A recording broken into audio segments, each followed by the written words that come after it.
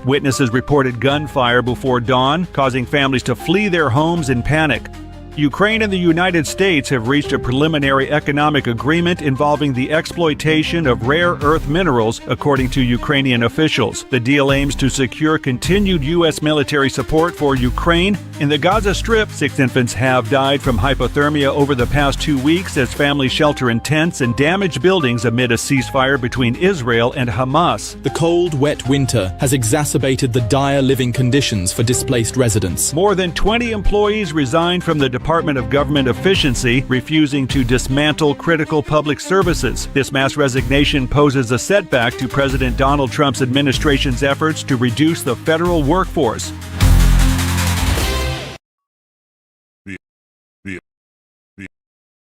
The opinions expressed on this program are those of the host or guest and should Gonna have not to be fire interpreted the, as a statement of fact. engineer back there. Independent fact-checking Gonna and have to fire corrections him. are encouraged. Ooh.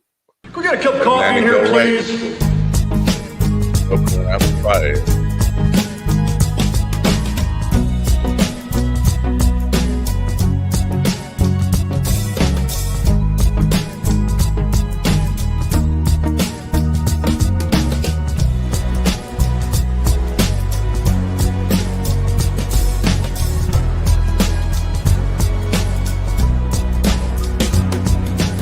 Damn good coffee.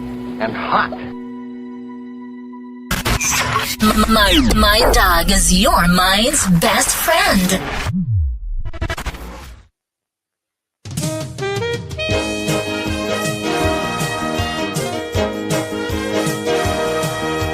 My dog is your mind's best friend. Not today. Wake up, America. You've got a dog that needs walking. That's right, sunshine. Just put on a big pot of strong coffee and get ready to type your little hate mail with your opinions about kumbaya and flat earth insanity. Stand-up comedy? You want stand-up comedy? Well, we've got sit-down comedy. It's time for Coffee with the Dog. You make me laugh. So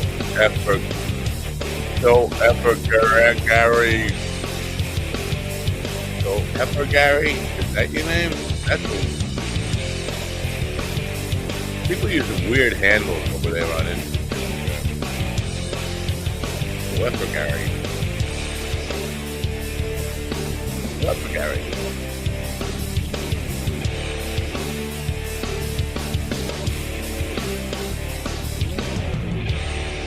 Oh, good morning, folks. It is, what is it, Thursday? It feels like a Thursday. You know what? If it's Thursday, somebody forgot to take the trash out. Somebody named me. Anyway, I guess it is Thursday, February 27th, 2025. Looks like winter is on its way out. Unfortunately, it's not quite over yet. Still some more just gray, cold weather coming next week. But then I think we'll be on our way to spring. Today we have a good show for you today. I think. I say that a lot, and I lie. But today, I think it's true. I think it's true.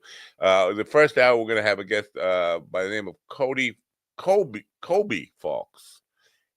He's an Australian adult entertainer, LGBTQA, because Australia.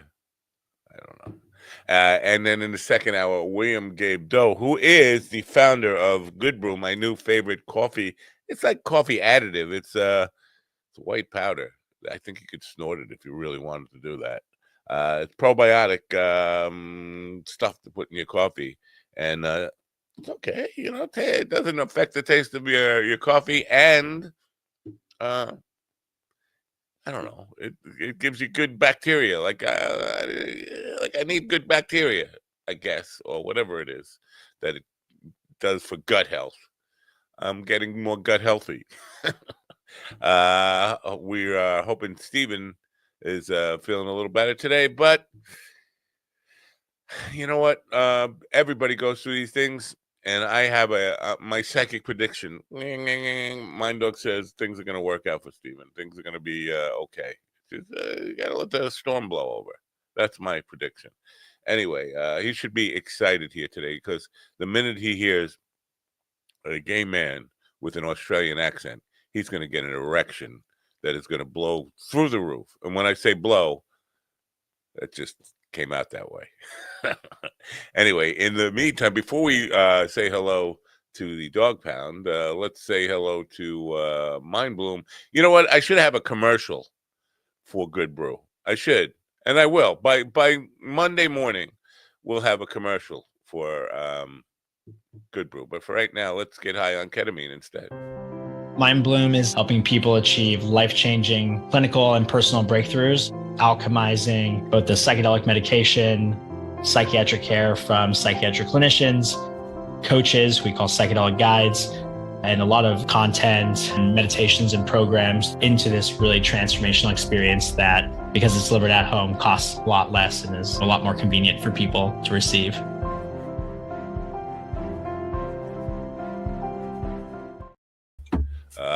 Good morning. In the room with me now are Steven. I have to change my last name, sitcom guy. And Ron, I already changed my last name, Kane. And DD, I don't know what my last name is. Good morning. Good morning, America. MindDogTV.com. Are you new to the adult content creator scene and it feels like all of the good names are taken? Go to MindDogTV.com and get our book, Nom Nom Nom de Plume. Learn the secrets of picking a great porn name. Like, you have to buy the book. Now, was that a porn name or do you have to buy the book?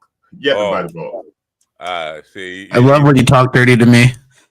He's talking about the guy that Steven had on who just would not say anything. You got to buy the book. You got to buy the book.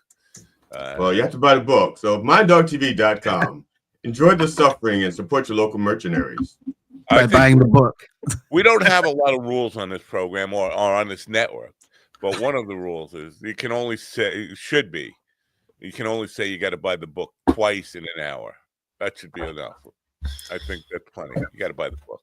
I think we need to make a graphic with the sound effect. So once they do that 2 times, every time they say it afterwards, a real obnoxious "buy my book" thing just like goes across the screen. And it's like, happy?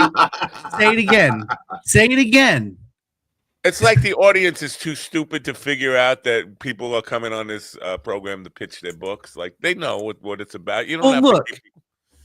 I guess I get it. But when the fucking books are on the screen, you don't got to remind them to buy the goddamn books. Hey, language. I'm sorry. I'm books. You can't say I'm books. kind of it. You can say the same sentence with the same integrity, the same amount of fervor, without all the nasty rhetoric. Listen, I've kind of blown through the sad phase a little bit, and I'm just pissed off. I'm sorry. I understand you're in that phase of grief. I get that. I've been there. But Ron. It also makes sense for them to keep pushing the book because that's the only time anyone will try and ever listen to them. It's like, you got to read my book. Well, yeah. You know what? That guy was pretty boring, I have to say. For a guy who was talking about UFO visiting and being at Roswell, Wright Air Force Base and seeing alien stuff and all this kind of stuff he was talking about, that should be like interesting even to people who don't care about that shit. Right. But he was putting me to sleep at the same time. Well, you know what, though? I will say this. I don't think he was real into his own book because one of the authors I have coming on, Chris Tyson, sent me a copy of his book. Saying, but this funny guy, where your mouth is. Here's what really irks me is the books are on screen there. He had 2 books and I had them stacked on screen. And then he gets a picture of the book. He doesn't even have a book at his desk. He gets a picture of the book on his phone and he's holding it up to the camera like this. Like, hello. I was like, what are you doing? See, that's disturbing because look, the Reverend's book isn't even a real book, and he has a cover. His book isn't even a real book. He's got a front and a rear cover. You know, Wait, Look at don't that. say front and rear. We're about to get into the rear stuff in a minute. If Rear we end, do, rear it's and front. consensual. If we do, it's consensual. I'm just talking about the Reverend right now. You know, he doesn't I talk got dirty. it. I got it. I was just trying to, Well, hey, keep. also, while we're on the topic, I want to plug Beyond Classified on Monday, 9 p.m. Eastern, right here on Mind Dog TV. Robert Spearing of MUFON is coming on. He's going to plug the MUFON Symposium, their big convention, and we're going to have some interesting conversations. We're going to talk drones. We're going to talk UFOs, UAPs, USOs. It's going to be a good time. And I would like about loofahs. You said he's talking about loofahs. No, MUFON. MUFA. MUFON, Mutual UFO Network, not loofahs. And I want to acknowledge. Oh, just tell him he can say he's bisexual. Just tell him that. Just like, dude, you can just say you're bisexual. You don't have to bring in loofahs and all this other stuff. It's like it's okay. I don't think there's any bisexual denial here. I think they all are fine with that. They're all out of the closet, but the thing, some of them, and this is where it gets weird. Some of them actually claim to have had sex with aliens, and I think if you go to MUFON, the MUFON Symposium, whatever it's called, MUFON, you're going to find some people who actually have said they have had sex with, I don't know, 9-foot praying mantises from the planet. Ooh. How bad is your pink and tar pit that you got to find sex off planet? Did it come from a lab as well? Because I don't know. Oh, they came in a lab. That's they probably for sure. come from their eyes. Stop. See, there you go. That's okay. That's gross. The dog cannot consent. And why does it have to be a lab? It could be a pit. They deserve love too. But that's but here's the thing I'm trying to say. I get it. We're on low hanging puns. That's what we're on. I just want to acknowledge the passing of one of my favorite actors, Gene Hackman, and this is my whatever. I have to move. This is Popper and Doyle. That looks like that Jerry Roll. Well, it's Popper and Doyle, and saying goodbye to Gene Hackman and his wife and his dog. Did anyone find? Did anyone find that? Did anyone find the report fucking suspicious as hell? Him, his wife, and his dog were all found dead together, but they said no suspicious. Well, maybe they haven't tested. Maybe they have not tested for carbon monoxide poisoning. I'm guessing that's what it. I mean, that's the only thing that I can think of. But he was in his or aliens. But he was in his 90s. She was 95. In her 60s. 96. I just brought this up yesterday with that Willem Dafoe thing, right? Or 2 days ago. You were talking about Don't you feel responsible now? You may have killed him. I jinxed one of my favorite guys. Listen, Popeye Doyle was not one of my favorite characters that he played, but Gene Hackman had one hell of a career. Yeah. But, 96, he had a good long ride. He was down there in New Mexico. I think he was in Santa Fe, right? Santa Fe, yeah. That's why I felt comfortable. It could have been something like, maybe they had a chimney and he didn't open up the flue or something like that. It's probably just something. It's sad, man, because the whole family's dead. That's sad. Or because they had a cat, and the cat isn't listed, so maybe the cat's alive. The cat was outside. The cat's like, I know it's going down.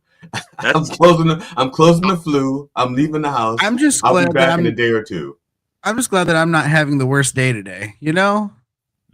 That's actually Weird Al's parents actually died from that. They had a chimney and they didn't open up the flue properly, and the carbon monoxide. Are you sure it wasn't on purpose when his first polka came out?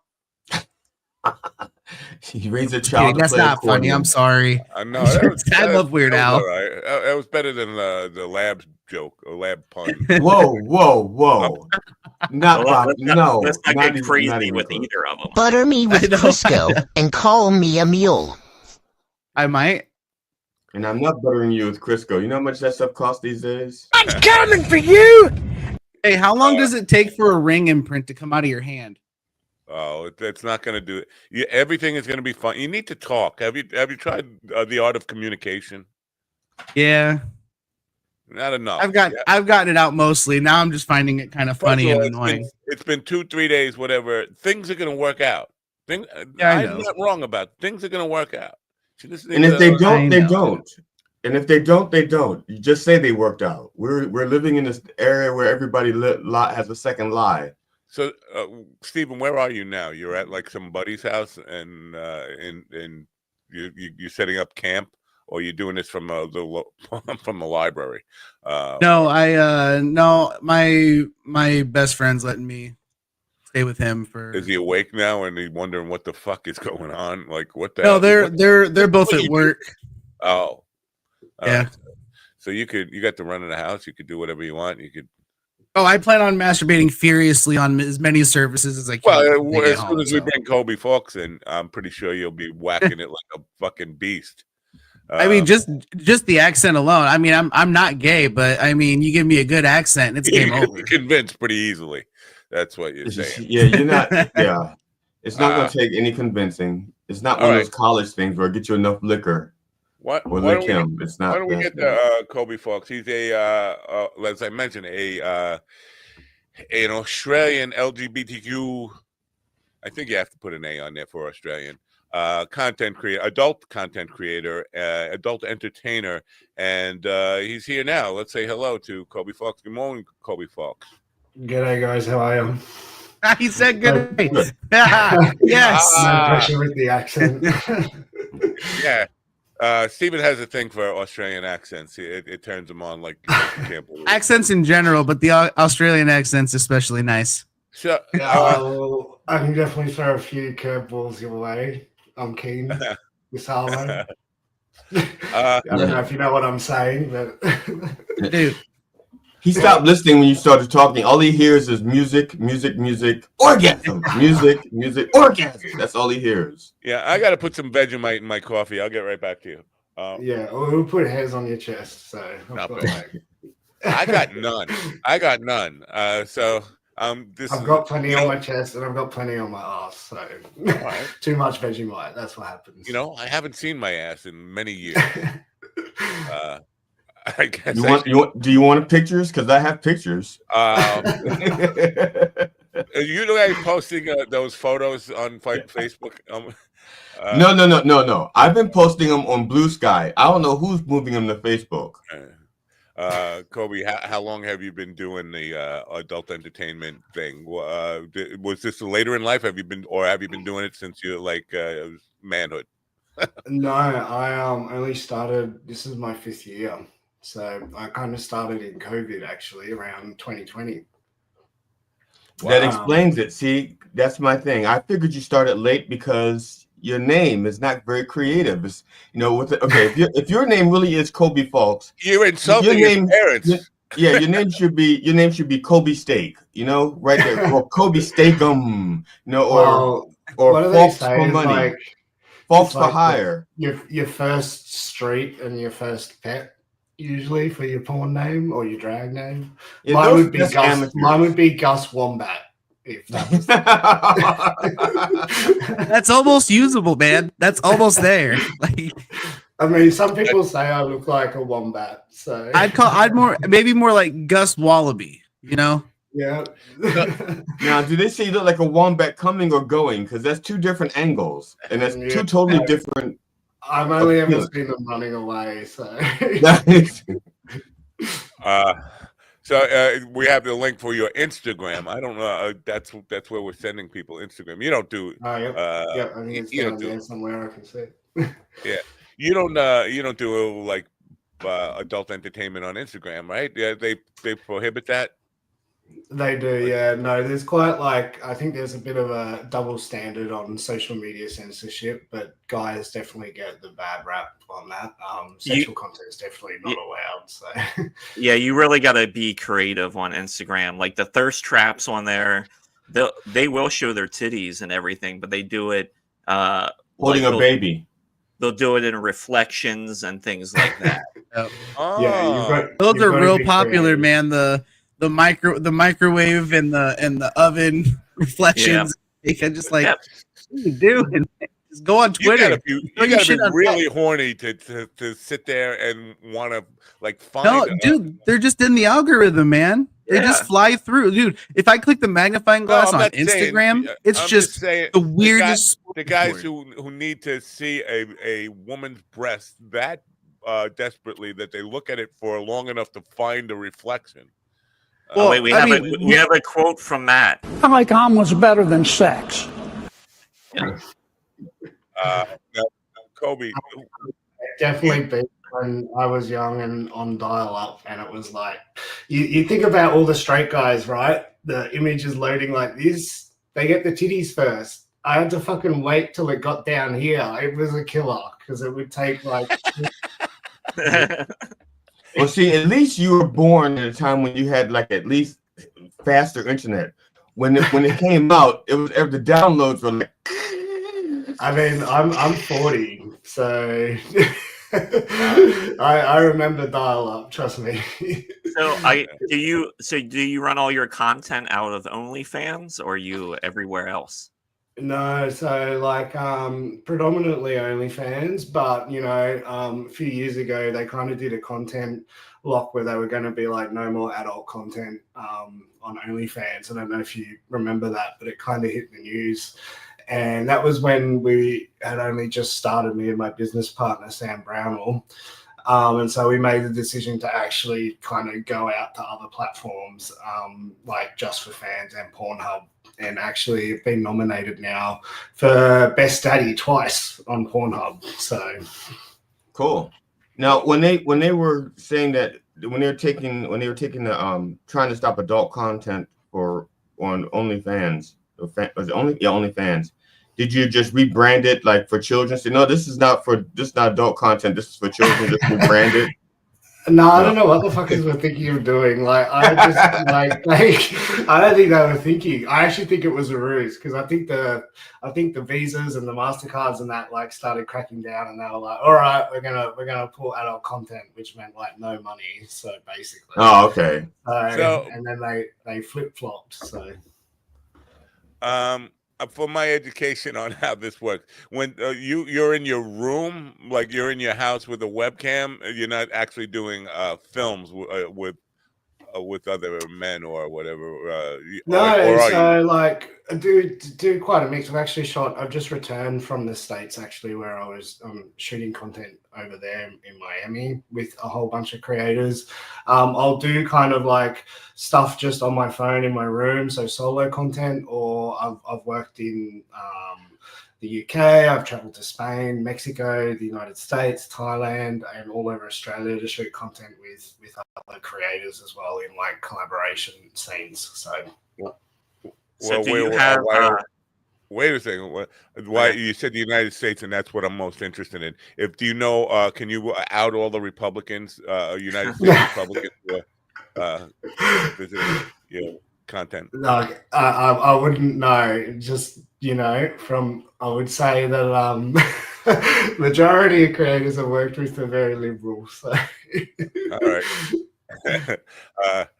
Because the problem, I don't think people should be outed, but if you are trying to drag other people out of back into the closet, it should be fair game that you should be pulled out of the closet, like Lindsey Graham. Like, I don't know if you even know who that is, but he's a senator here who wants to out everybody.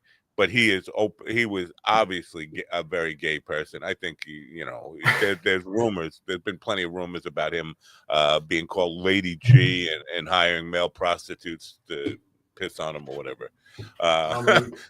He should be dragged out.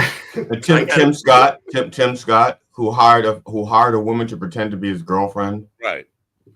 I used to have a girlfriend in high school too. So with okay, now in the United States, when you pretend you have a girlfriend, they live in Canada. When you're in Australia, you pretend to have a girlfriend. Where do they live? New Zealand. You heard of Tasmania? You can show us your map of Tassie. So we keep interrupting Ron. Let Ron speak for a second. So how tough is it to create content then on a regular basis for you? Because I'm sure as a content creator, I'm sure you have days where you're like, damn it, I don't want to do this, and you gotta power through. 100%. And like, you know, we're not just creating adult content, obviously, for OnlyFans, but we've got to drive content for social media as well. So, you know, like people think, oh, you just shoot a scene, that's it. Usually that's the easiest part because you can bang out, like when we travel, we'll bang out quite a few scenes and get a backlog of content for our platforms. But there's no point having that content sitting there if people don't know it's there. So we've got to kind of advertise it and use like Twitter or X as it's called now, Blue Sky, Instagram, Facebook, TikTok, all those services. So I'm creating content every day essentially to kind of feed those beasts. So it's not just the scenes, it's the whole shebang, really. It's like you're essentially just like every comic that's out there now, except you use your dick literally, and we don't. But it's the same thing, like you're saying, the whole content creation. Like every day, you know, maybe come up with something, and it gets tiring. So I imagine it's the same for you as well. Yeah, I mean, I've always kind of said I've turned my bad decisions folder into a business plan, and here we are. So,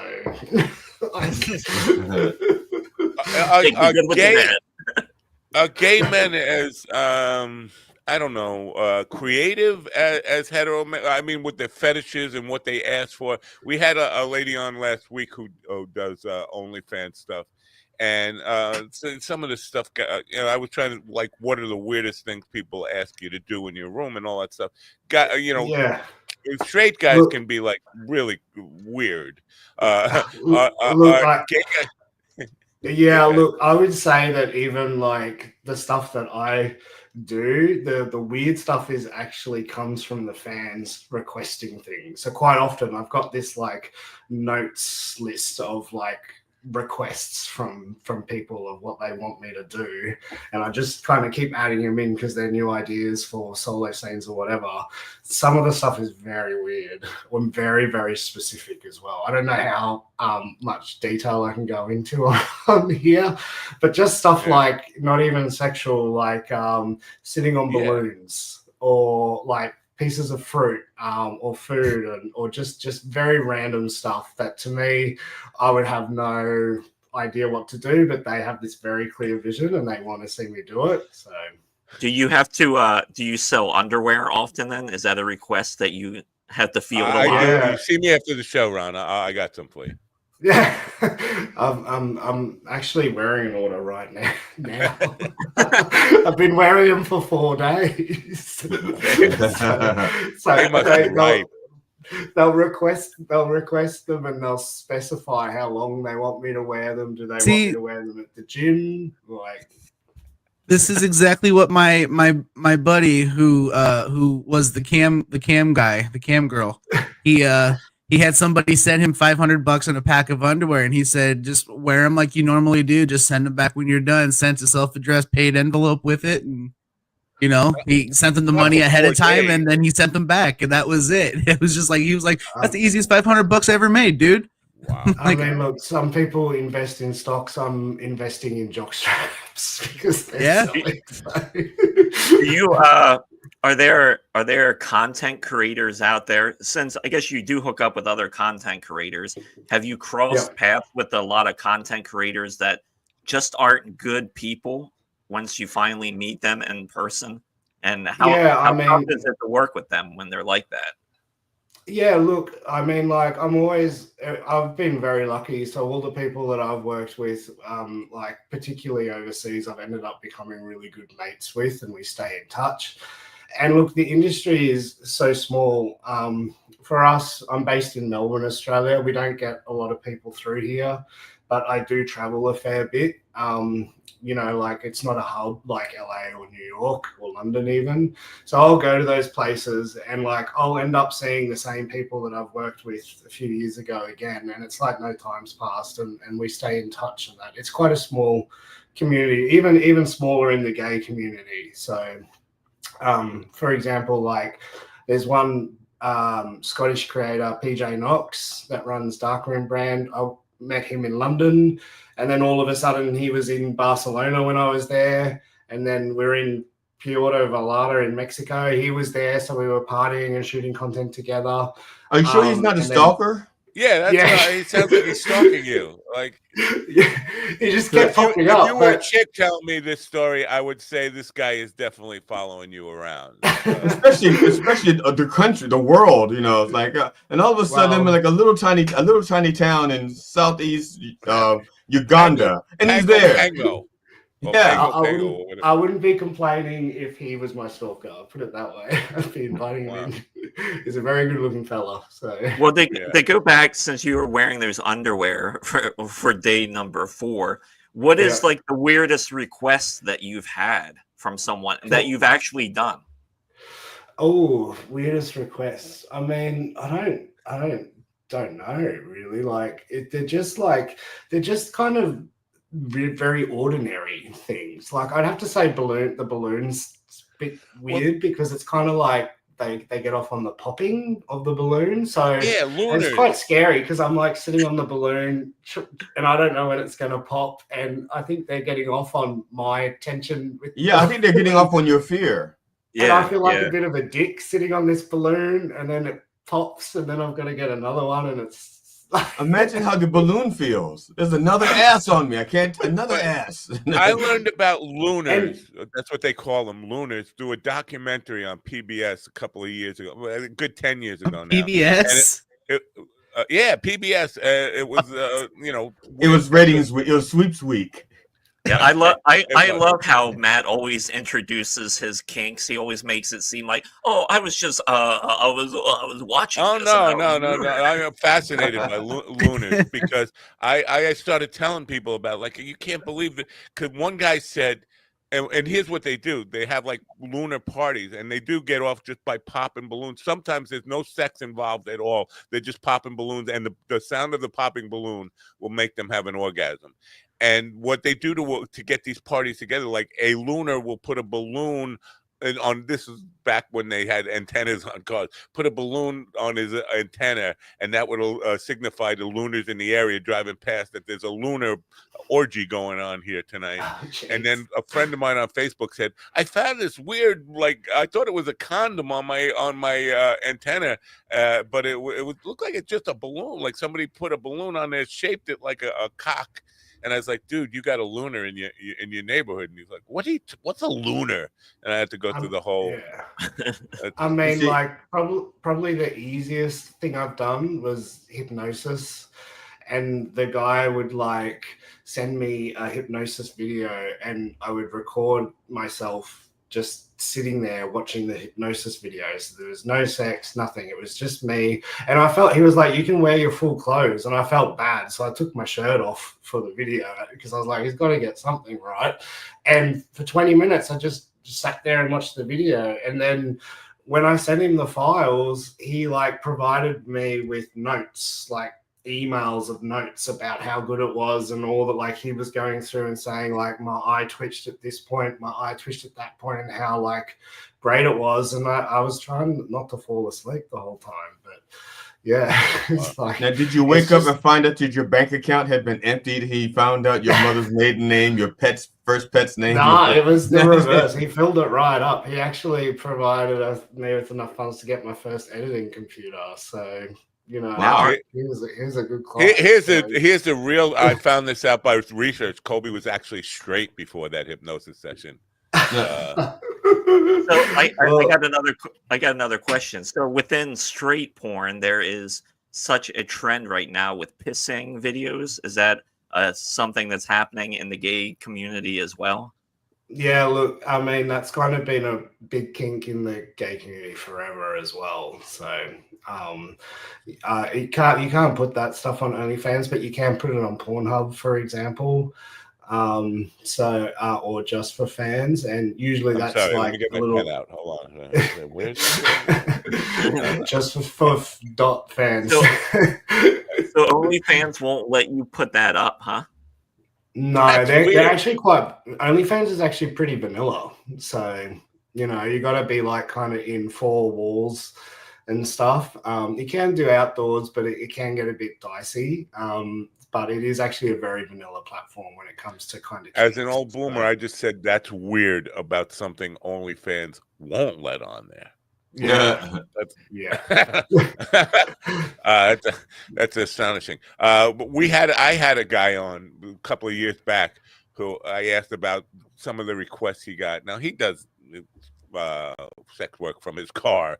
Like basically, that's where he was living. He was homeless, but he said somebody asked him to shit on a rock, and that's where he drew the line. He wasn't going to do that. Have you ever gotten a request that you had to say no to? Like, yeah, that's just too fucking weird for me. Oh yeah, I mean, I had a guy request to like watch me take a dump on the toilet. What the fuck?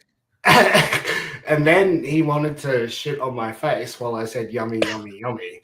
And I was kind of like, look, I can take a dump on the toilet for you if you really want, but I don't really want to lay under you, if that makes sense. Yeah, that won't be effective until they can like have a smell-o-vision part of the whole. I mean, he was very specific about me saying the yummy, yummy, yummy part as well. So I don't know what's going on there. Just imagine how many phrases he went through before he got the yummy, yummy, yummy. Well, are you familiar with the Ohio Players? There's a song from when I was a kid called "Yummy, Yummy, Yummy, I Got Love in My Tummy." I think that he must be a fan of the Ohio Players. I don't think that was Ohio Players that sang that. All right. I don't know what trauma he was trying to reclaim, but something's going on. So. That sounds like the Archies. Honestly, I'm going to try, but that sounds like the Archies. Google it for me, all right? I am. All right. I'll be careful about Googling that.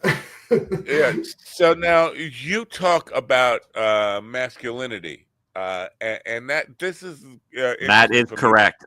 That is correct. Yeah. It is Ohio Express. I thought you said Players. It's Ohio Express. Ohio Express. Yeah.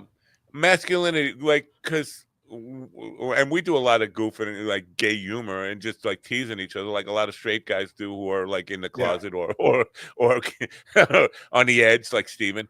But we don't think of masculinity as being part of a problem for the gay community. Like, you have two kinds of gay men. You either have very masculine, over the top masculine gay guys, or twinks, or whatever you want to call them, very effeminate guys. Is there a masculinity, I don't know, crisis or whatever, identifying toxic? Does toxic masculinity exist in the gay community? That's what I'm trying to say. Thank you. You're probably looking at it, to be honest. I mean, I think like my whole thing is that like I try to just make awareness that anyone can be gay. You know, like most people, I think mainstream queer representation is often softened to be a lot more digestible. But I like showing that masculinity and queerness aren't actually mutually exclusive. I think at the end of the day, people are still very weirdly uncomfortable when they see two very masculine men showing intimacy or being vulnerable with each other. And so it's either fetishized or aggressive. And I think mainstream media put out that version of hypermasc or hyperfem, when actually, like there is a middle ground of just normal guys who you would never think is gay, but are gay. So yeah, like a Lindsey Graham. Because I feel it's just the same with like, I think for the most part, most straight people are kind of like that. They're not going to be like hyper anything when they're in normal everyday life. But then you always have that certain segments like swingers that really want to tell you that they love swinging. Like everything has pineapples on it, and they're like fisting everything. So I mean, it really makes. Rodney's a whole different bunch of people than I never heard anything about pineapples in my life, about sexual pineapples. I feel I have a question. As a gay man, and when you see like have you seen like these alpha male videos where like these guys are like, they're talking about either about how to live your life or to find women and things like that. Do you ever encounter them and see and look at them and go like, no, this guy is bi or probably gay more than anything? I kind of feel like in my experience, the more homophobic someone is, the more likely that they are to be gay. Like all of my bullies in high school who were like super alpha, super homophobic, they would like tease me. Then they would get me one-on-one and they wanted, to make out basically. Oh, hey, So did you ever teach one of those bullies like a lesson when you were too alone? I mean, I showed him what it's like, but I mean, I'm all about love, so Are you monogamous? No, I'm not. I've always cheated in my monogamous relationships, so I've come to realize that I can only thrive in an open relationship. Is gay marriage legal in Australia? I should know this, but I don't. It is? Yeah, it is. I think it's been like 5 or 6 years now. So Now, what's the divorce rate? Is it the same as heterosexual marriage? I think it's actually higher in lesbians than it is gay men. Wow. Just saying. Well, I can't say this because I have a wife in the other next room. I'll say. Well, I'll say it since I don't have a wife in the next room, but I can tell you from experience that I'm just kidding. I'm not going to be that guy. I'm just joking. Well, you know what a lesbian's second date is, don't you? No. Opening a joint bank account. So. My fucking God.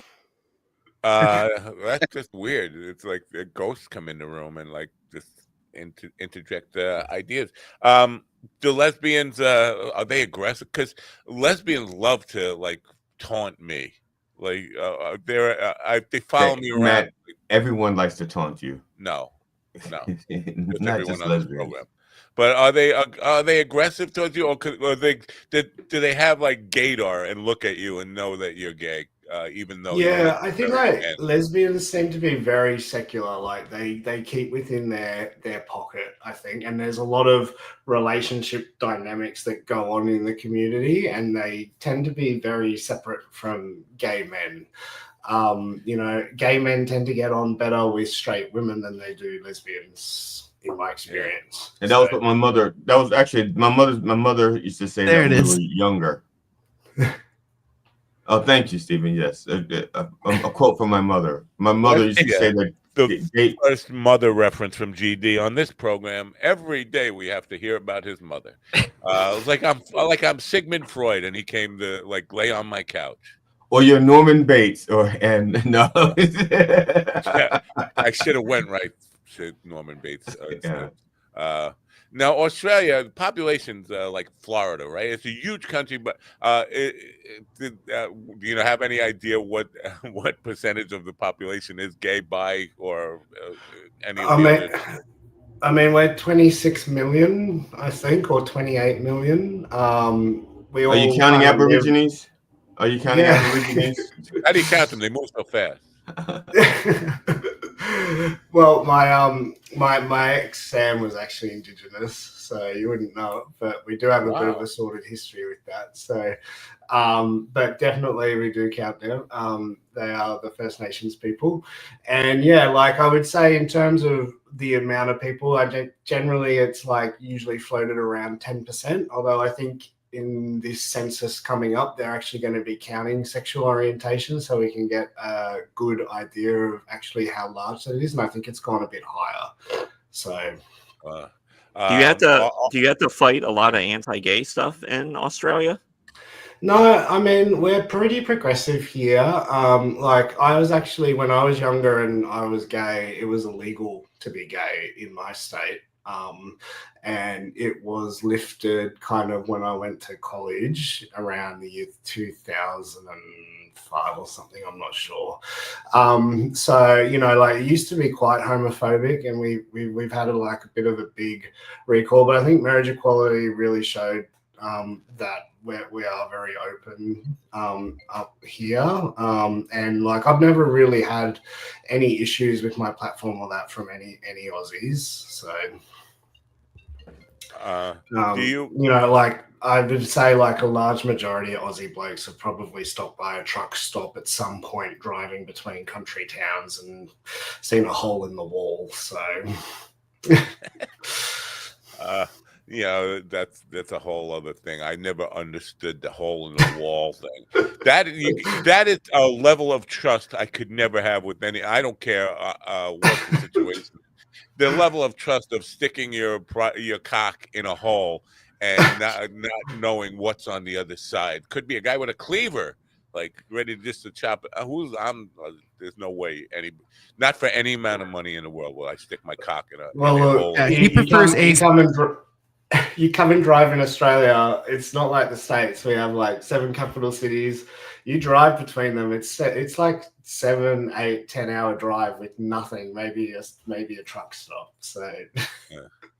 When I was young and lots of gay guys would hit on me, it would be an extreme trigger for me. I would not react in a mature way at all and want to get aggressive and all this kind of stuff.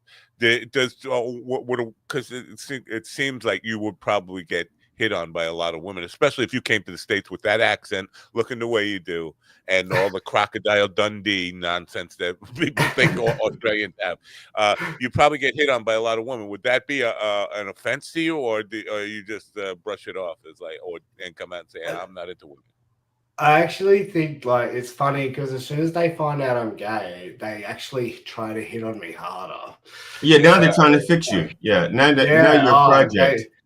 All of a sudden, their inhibitions go down because they just completely relax and they think they get like super close and super frisky and stuff because they know that it's not going to go anywhere. And then I just look and I see all the other guys at the bar thinking like, what the fuck? Who is this guy? Like, why are they all over him? And that I've been to bars when they found out I'm gay and they're putting their hands down my pants and stuff like that. And I'm like, whoa, and it gets full on. But I don't mind it. I like guys who can't get laid. For hetero guys who can't get laid, this is a good trick. Just come out and say you're gay or bi or not bi. That won't help. But you could say you're a virgin. You could say you're gay and trick women into trying to fuck you, right? Yeah. Well, I mean, that's why there are straight guys at gay bars. So.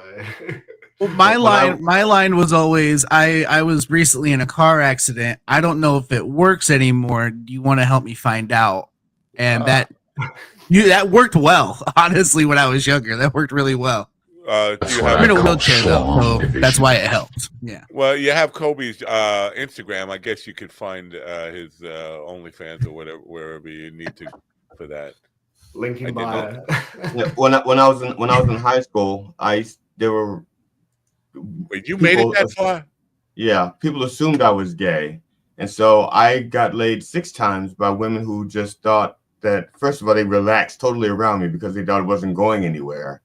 And then by the time it was too late for them to, they were like, next thing you know, I was made straight 6 times in high school because each girl says, it's a shame. I think you just haven't found the right girl. And so 6 times they turned me straight in high school. Yeah, I need a girl with a 6-inch cock. I think they have those now. They do. Oh yeah, they do have. I think they're in Vegas actually.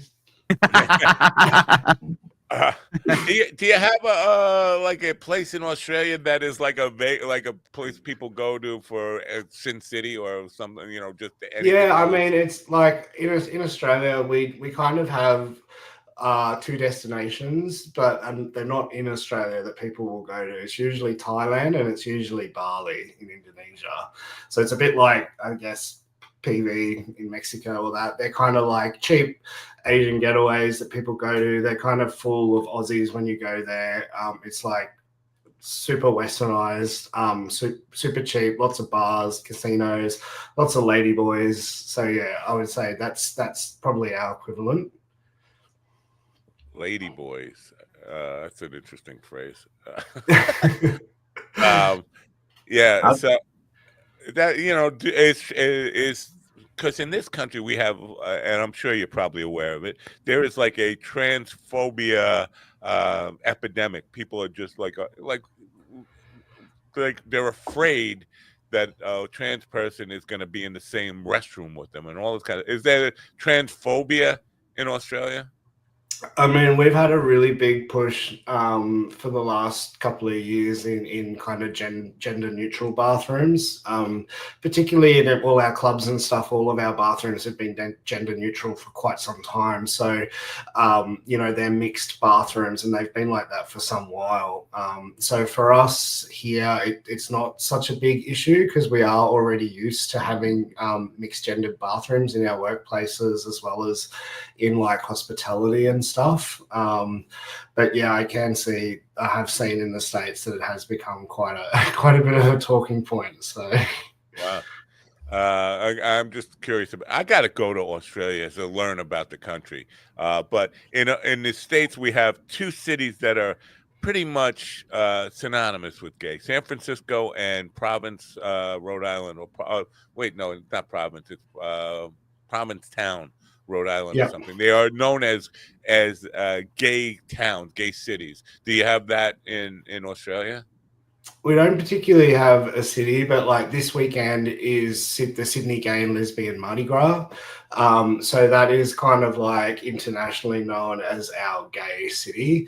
We more have pockets within the cities that are gay suburbs, but no city is inherently gay. We just don't have the population, or we don't have the history of a city like San Francisco or even New York to support that, because we're quite a young country still. But we definitely have gay pockets. So like in Sydney on Oxford Street, where the parade will be this Saturday. So it's kind of our version of Pride, because we're just coming to the end of summer here. Now we're like the opposite of you boys, where you're coming out of winter. Oxford Street is historically a gay street. So they're all gay owned shops and stuff, and that's where the original protest happened. So wow. With porn stars in the United States, I used to be under the assumption that they were all very well paid, living in mansions. But it's like comedy. When it got oversaturated, it means the pay scale went down for a lot of people. Do you completely support? Yeah. Are you completely self-sufficient on the adult entertainment stuff at all, or do you have to work a day gig? No, I still work a day job, so wow. I won't give it away. It'll break the illusion. Right. But yeah, no, I've always like the business of sex work is all like the adult industry. I mean, it has kind of changed. OnlyFans has changed the industry, where before like you would probably only get paid $500 up to $1,500, depending on how famous you were, per scene for like an adult movie. That's not a lot of money, because you think about how many scenes you would have to do a year to put an income. Yeah. Whereas studios would take a cut and kind of dictate that. So a lot of porn actors just didn't really make a lot of money, even though they're quite well known. But I think creators now have full control over their brand, their income, and their audience. And there's a huge amount of strategy involved. So content creation, marketing, and staying ahead of all those social media changes. Like there's kind of benefits and non-things. So like, there are people who could make tons of money, and then there are people who are just doing the same amount of work and not making anything. Like, I don't want to live in a world where a guy can't support himself by selling his ass on the internet. I just, what kind of world are we leaving for the children? I mean, that's going to get me banned. That will get me banned just for saying that. I'm sorry. Look, I mean, I kind of get paid to take my clothes off, but honestly, I do it for free anyway. So I figured, why not put it online and make some money? Yeah. Okay. It's just a hard. How long did it take you? Did you just make this decision overnight? Like, COVID was coming, and I don't even know there were lockdowns in Australia, to be honest with you. But to make the decision, I'm just going to go into doing cam shows. Yeah, I mean, basically when I sort of started, like OnlyFans was sort of just kind of hitting the mainstream media, and I was like, oh, this is interesting. What's this? It's kind of like the Facebook of porn, and I went on and had a look at a few people, and I was like, this is just blokes filming stuff on their phone, and they're making millions of dollars. Like, they're just putting it on their bedside table and they're making millions. Like, Jesus Christ, like, I could do that, you know. And I at the time wasn't earning a lot, so I was looking for a side hustle. I think I was working in a cafe on the weekends as well. So I was working Monday to Friday, and then I was doing like 2 full days in the cafe, and I did that for a year. And I think I made, in my first month on OnlyFans, the same amount I made working in that cafe for a full year. So I said, fuck this, wow. I'm just going to be putting this up constantly. And that's what I've done since then. Have you thought of opening up an OnlyFans cafe? Oh, that could be. I mean, you've got the coffee guy on next. I love coffee. Australians love coffee. I have about 6 or 8 a day. So. Well, Good Brew is not coffee. It's a coffee additive. No. It's a probiotic that you put in coffee. It looks like you could snort it. It's white powder. Sounds good for bottoming. So I'm all about I think I'm putting health, too much in, to be honest with you. Here's I don't know if this is hypocrisy. What does this actually add up to? We have a number of people watching on many different platforms. Usually our chat room would be full of mostly like millennial males. We don't have one comment from all these people. I thought it was a little weird and quiet. It's like, are they like they don't want to because they don't want to be browsed? Yeah, tagged. I don't know. It's just very strange to me that because the viewership is there. I'm looking at it on Gov. The viewership is there. It's higher than usual. Instagram, no comments. None of them. And Twitter. I mean, people are watching. They're being very quiet, and I'm wondering why. It's just unusual. Too quiet. So I think they're afraid if they make a joke. Or it's hard to type while you're jerking off. They have silence is taken as acceptance. I can take my shirt off if you think it's going to help. So. I think it'll hurt. We'll get no more. I mean, maybe they'll shoot their load and be ready to type then. So, no. I mean, I will shout out to my mates in Tennessee, Nashville that are watching. So, g'day Marlo, g'day Will. What's up, guys? Now that's got to be a tough place to be gay. Nashville, Tennessee, with all. Well, I noticed in the one picture you have the cowboy hat. But the Tennessee Cowboys, although they might be fine with Brokeback Cowboy and all that stuff, they don't want to admit it. Most of them are just still hiding it, or in the closet, or. Oh look, I'm all for that as well. They're my favorite type to play. It's just funny because I used to go to a few gay bars in my youth. They had the best music. They had the best fucking dance. I love gay bars, dude. Always have fun. There was one that was like everybody wore a cowboy hat. It was called Randy's. Cowboy hats galore. and that's why when I'd leave out and I'd see all these straight guys wearing cowboy hats, I was like, I don't get it. This is how all these older guys introduce their kinks. They're like, it's the same wardrobe. The chaps, the hats, right. The boots. It's the same wardrobe, and the straight cowboys don't like the gay cowboys. They just have the same wardrobe. I didn't get it. Look. Yeah. I grew up in Alabama, right? So my overall wardrobe generally is just like jeans, like a shirt, and then like a trucker hat, right? Like it's either a flat bill or a trucker hat. But where do you keep your usually, nude? when I'm dating a girl, one of my strategies was I would take them to a gay bar, right? Because I get hit on a lot by gay guys. It's just a thing that happens. And I would just love it because I would go and I'd get all that attention, and then she'd get so horned up and ready to go that like we don't even make it out the parking lot half the time, man. I used to go there and jerk off guys, and she would watch me to let her know that I wasn't into this. Hey man, listen, dude, it's 2020, it's 2025, and I'm back on the market, so I got to broaden my horizons. Well, so, I just want to be ladies, he's single digit penis.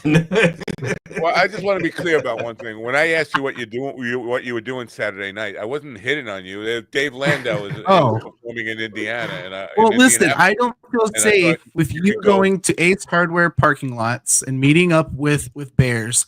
So I figured I would just give you a safer option. I've heard Home Depot car parks are the place to be as a gay bloke. Home Depot. See, there you go, Matt. See, I told you were going too cheap. You have to go Home Depot. All right, I'll think about it. In Maryland, they go to Down Lows.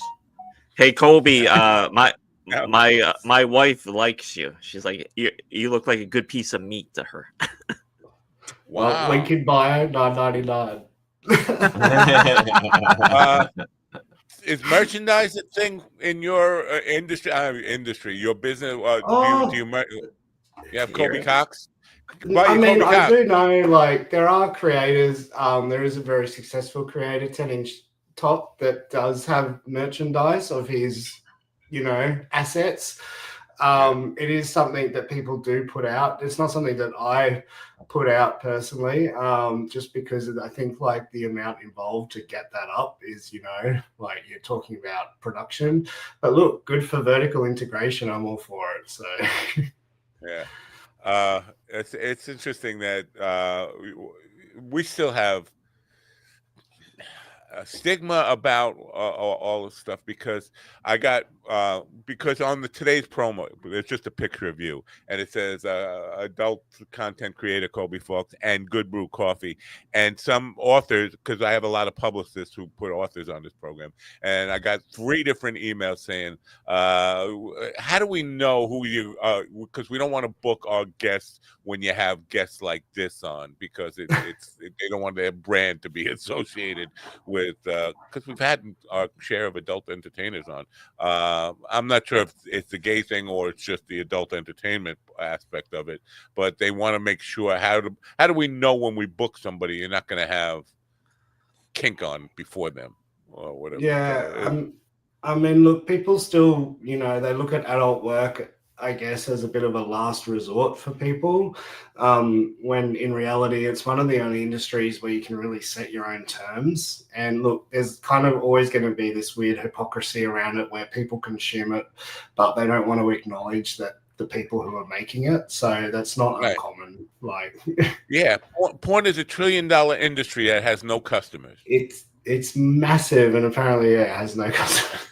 Yeah, definitely nobody admits to being a consumer, but where's all this money coming from if nobody's buying it? Somebody's got to be buying it. Fort Knox. It's coming from Fort Knox. That's why they want to check it, because it's emptied. All the gold is gone because they're spending it on porn.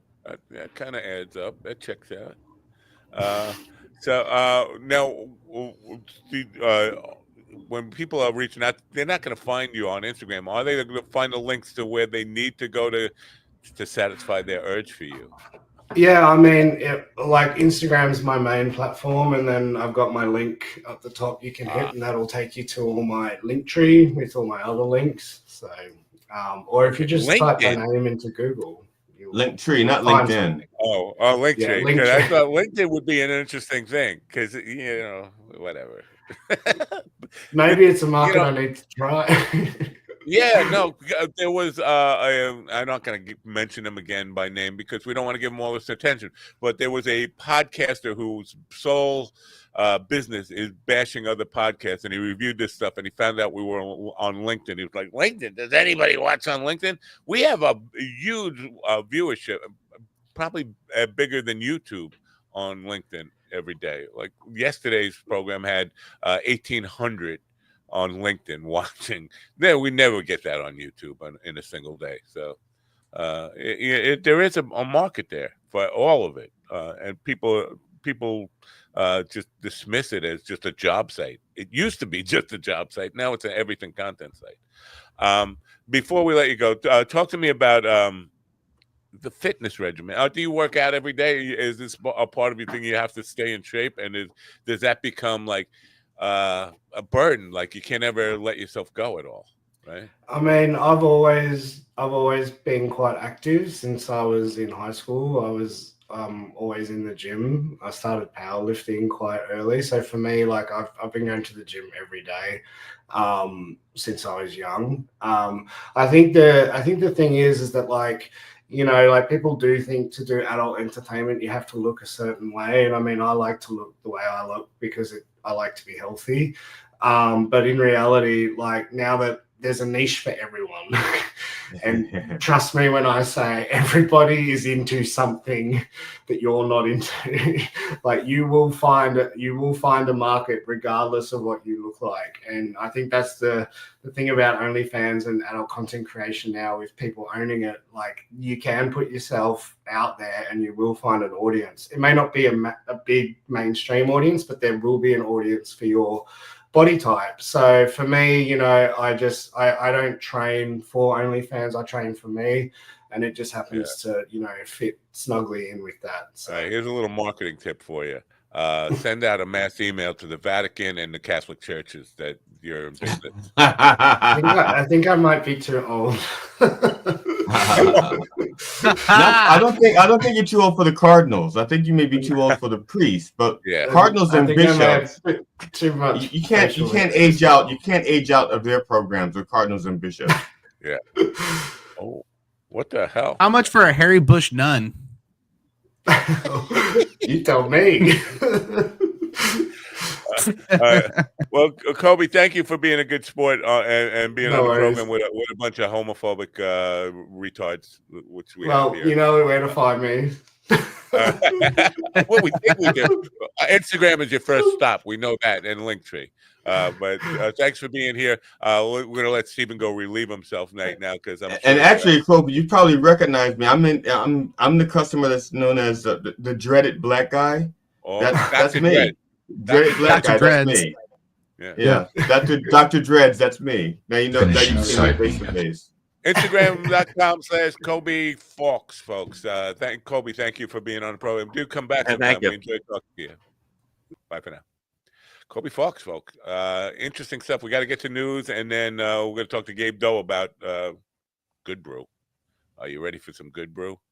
Stephen, you're looking very white there, especially with the hat. I'm sitting next to a window. Oh, I thought you were saying sitting next to like a searchlight. You're so bright. It's like no, it's a window. Yeah, my bad. Right. Sorry. News. In the Gaza Strip, 6 infants have died from hypothermia over the past 2 weeks as families shelter in tents and damaged buildings amid a ceasefire between Israel and Hamas. The cold, wet winter has exacerbated the dire living conditions for displaced residents. Dr. Ahmed Al-Farah from Nasser Hospital confirmed the deaths were due to severe cold exposure. The Gaza Health Ministry reports a total of 15 child deaths from hypothermia this winter. Benjamin Wright reporting. Ukraine and the United States have reached a preliminary economic agreement involving the exploitation of rare earth minerals, according to Ukrainian officials. The deal aims to secure continued U.S. military support for Ukraine. Joseph Eckerson with the latest. The agreement is expected to be signed by Friday, with plans for Ukrainian President Volodymyr Zelensky to meet U.S. President Donald Trump in Washington. Discussions will likely focus on ongoing military aid to Ukraine. In Port-au-Prince, Haiti gangs attacked the Del Mott's 30 neighborhood, resulting in civilian casualties and displacing residents. Witnesses reported gunfire before dawn, causing families to flee their homes in panic. Local media reported the deaths of 2 Haitian soldiers during the assault. Authorities have not yet commented on the incident. Recent gang violence has displaced over 6,000 people in the area within the past month. Chris Anderson reporting. This is the latest news headlines.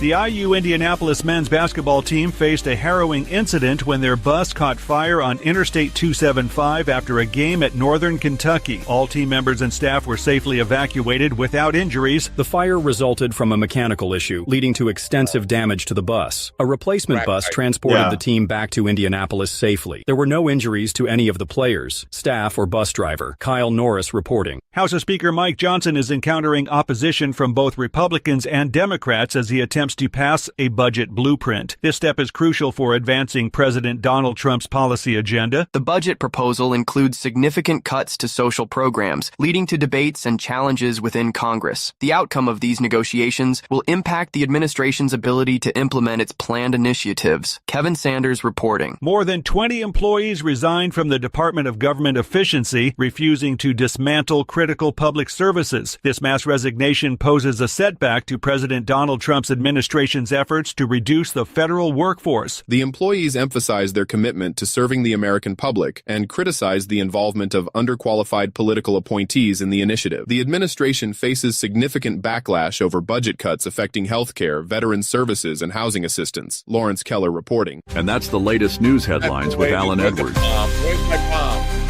Can't even get a palm. Let it play out. Here's the thing. I'm trying to say the thing. You can kill that music. Thank you. Now, Matt, did you notice that as soon as Kobe left, we get our first comment, even though that's right, the first comment, like bam, first comment. Right.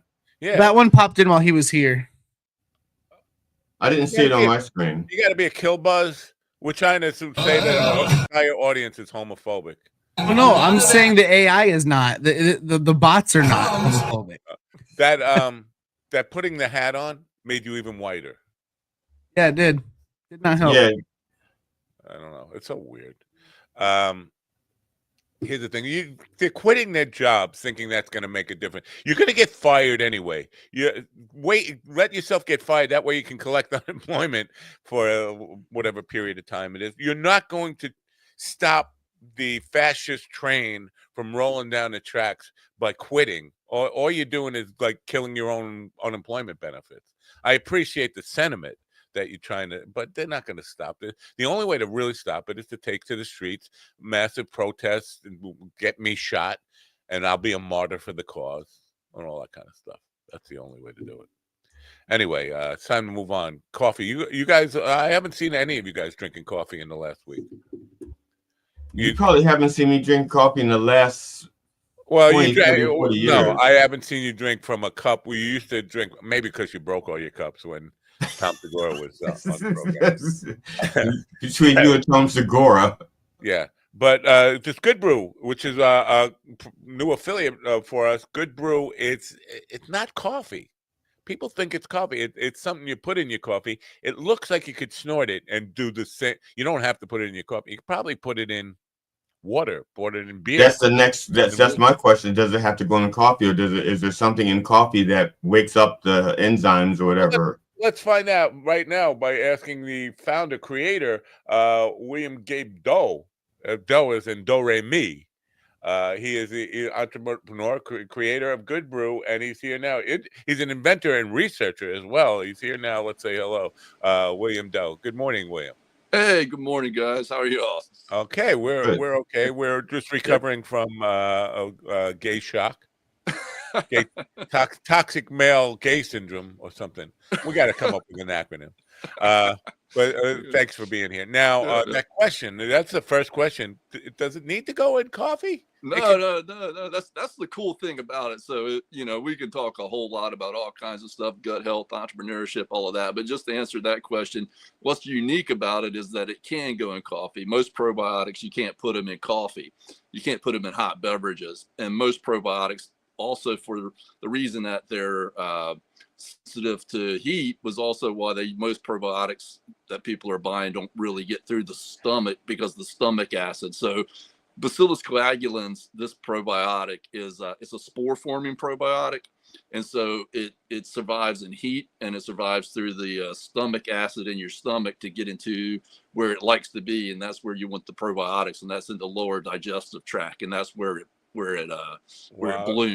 blooms. So it's unique because it's a probiotic that you can put into your regular routine rather than having to take a capsule or whatever. And it's proven to work. It really survives. And then it's combined with this organic fiber. And so the organic inulin is really important.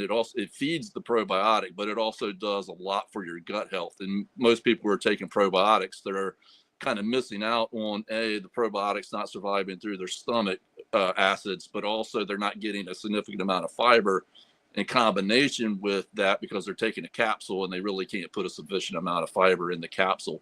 So you can put this in your coffee. It doesn't affect the flavor of the coffee. It's organic, it's high quality inulin fiber, and it's a well-researched probiotic. And we use 1 billion CFUs, which is the proven amount for this probiotic. The research shows that 1 billion. Some of these other probiotics you see on the shelves, people, they say like they have like 50 billion CFUs or whatever. That's the colony forming units. But the reason they do that is because those probiotics don't really survive through the stomach. So that's why they try to put so much in the capsules, is to try to get them to go through the stomach. But Bacillus coagulans is proven at 1 billion CFU to go through. And most companies that are using Bacillus coagulans, they're not putting that much in there. And that's the amount that's researched to be able to make the claims that are on our container.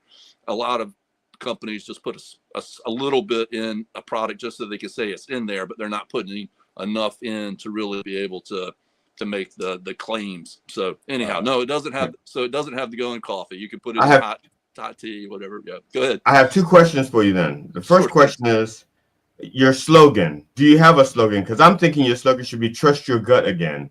That's a great slogan. We've got a few of them. We love playing around with slogans. We've got one on the lid of the container there that's like building a healthier microbiome, 1 cup at a time, a better way to start the day. But I like that. I will have to write that. Could you say that again? With trust. I think he said we follow the gay porn star.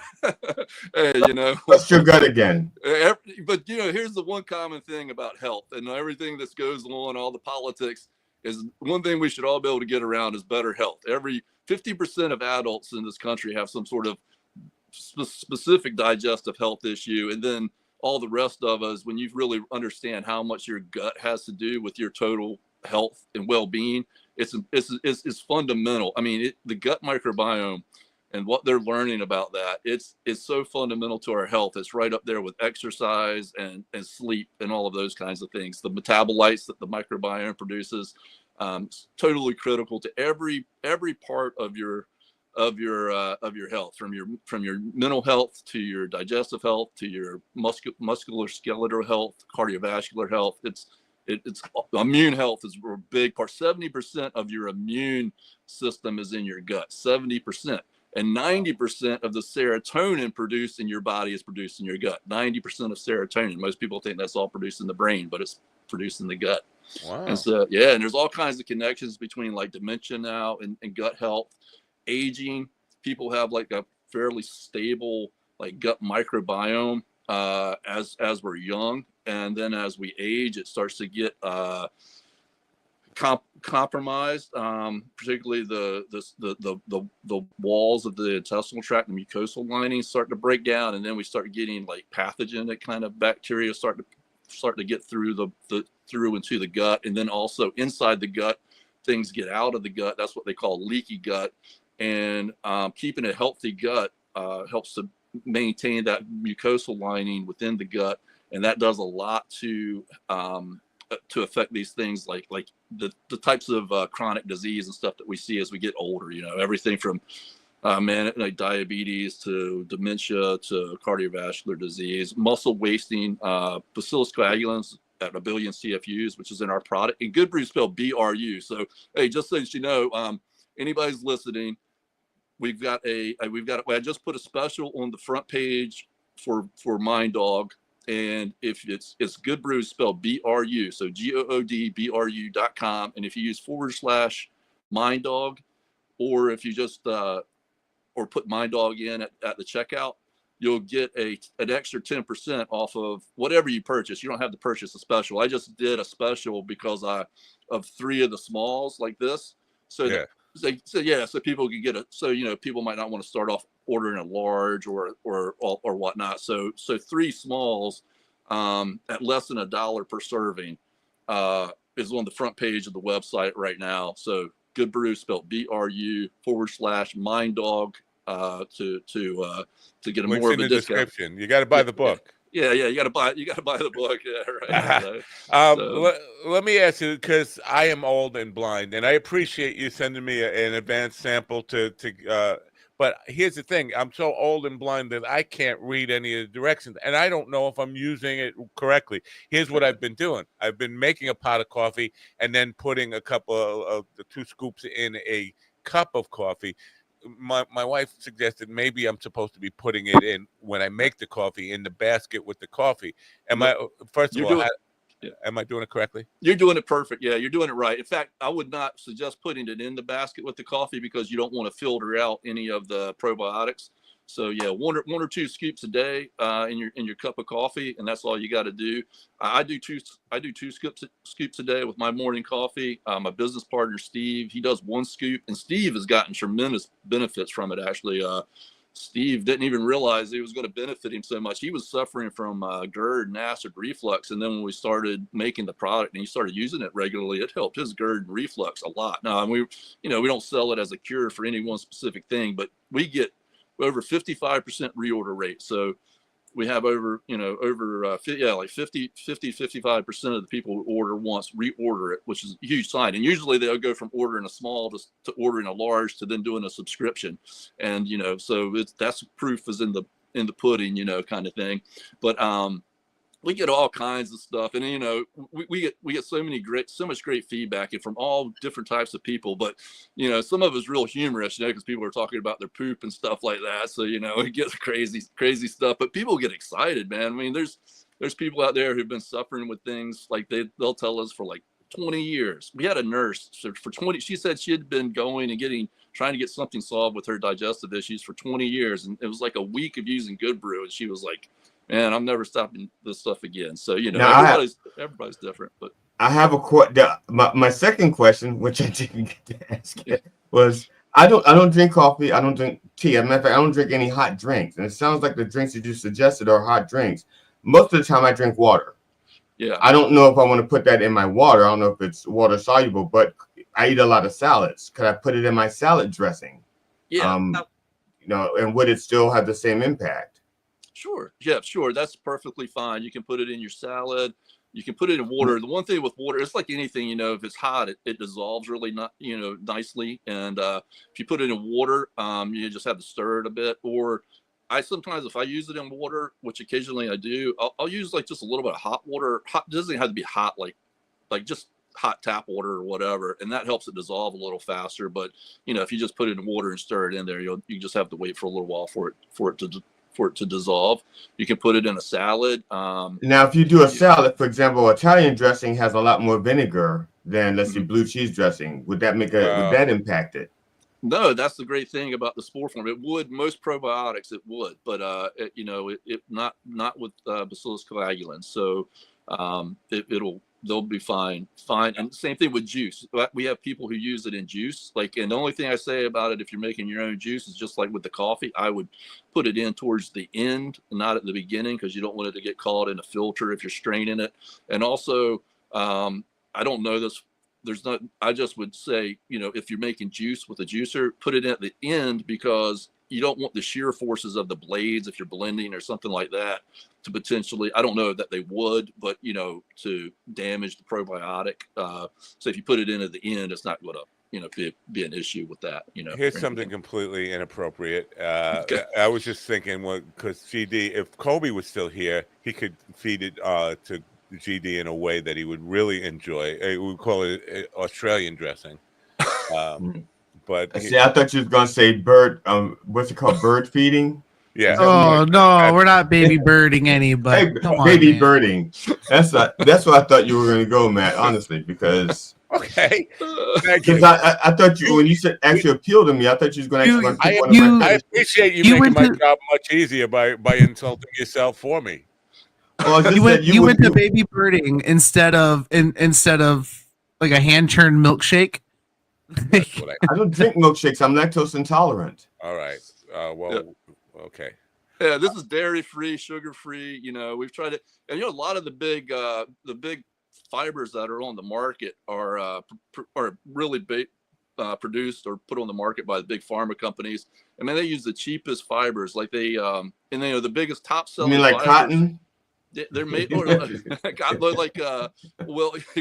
but they use wheat dextrin is the main one, and wheat dextrin obviously is wheat, and so if they're below 20 parts per million, they can put gluten free on it, but it's still made from wheat. So they got people who are using these really super cheap fibers, and maybe making their stomachs even worse. So, you know, we use an organic agave inulin. Inulin is a branch of fibers, but the fiber that we get, the organic inulin fiber, it's like the most common kind of fiber in nature. It's found in fruits and whatnot, and that's what our gut microbiome has evolved to really like is inulin. So we use that, but we just try to, and because most of our sales are direct to consumer, it's nice that we can still stay competitive, very competitive. Actually, we're way competitive on price because we try to pass some of that savings on that we're direct to consumer. And those big companies, the way they work is, they try to get the contribution margin up on their product, because what they do is by using the cheaper ingredients, but then they have money left over to buy all the shelf space or whatever. So that's kind of their strategy. Whereas I feel like I'm marketing genius here today, because earlier on we had a gay entrepreneur, adult entertainer, and I recommended him reaching out to the Vatican and the Catholic Church as a possible. But here's the thing that I'm sure you haven't considered, but this is a real because of the way this stuff looks. Cocaine dealers would love this as a cut. Hey, yeah, you know what? That's funny that you mentioned that, because when this is years ago, there's a trade show called there's a trade group called the Institute of Food Technologists, and they do a big show every year. It's a great show to go to. You learn so much. But this was like in 2010 actually, and the thing that I was doing mostly before this was a seafood technology that I'd worked on.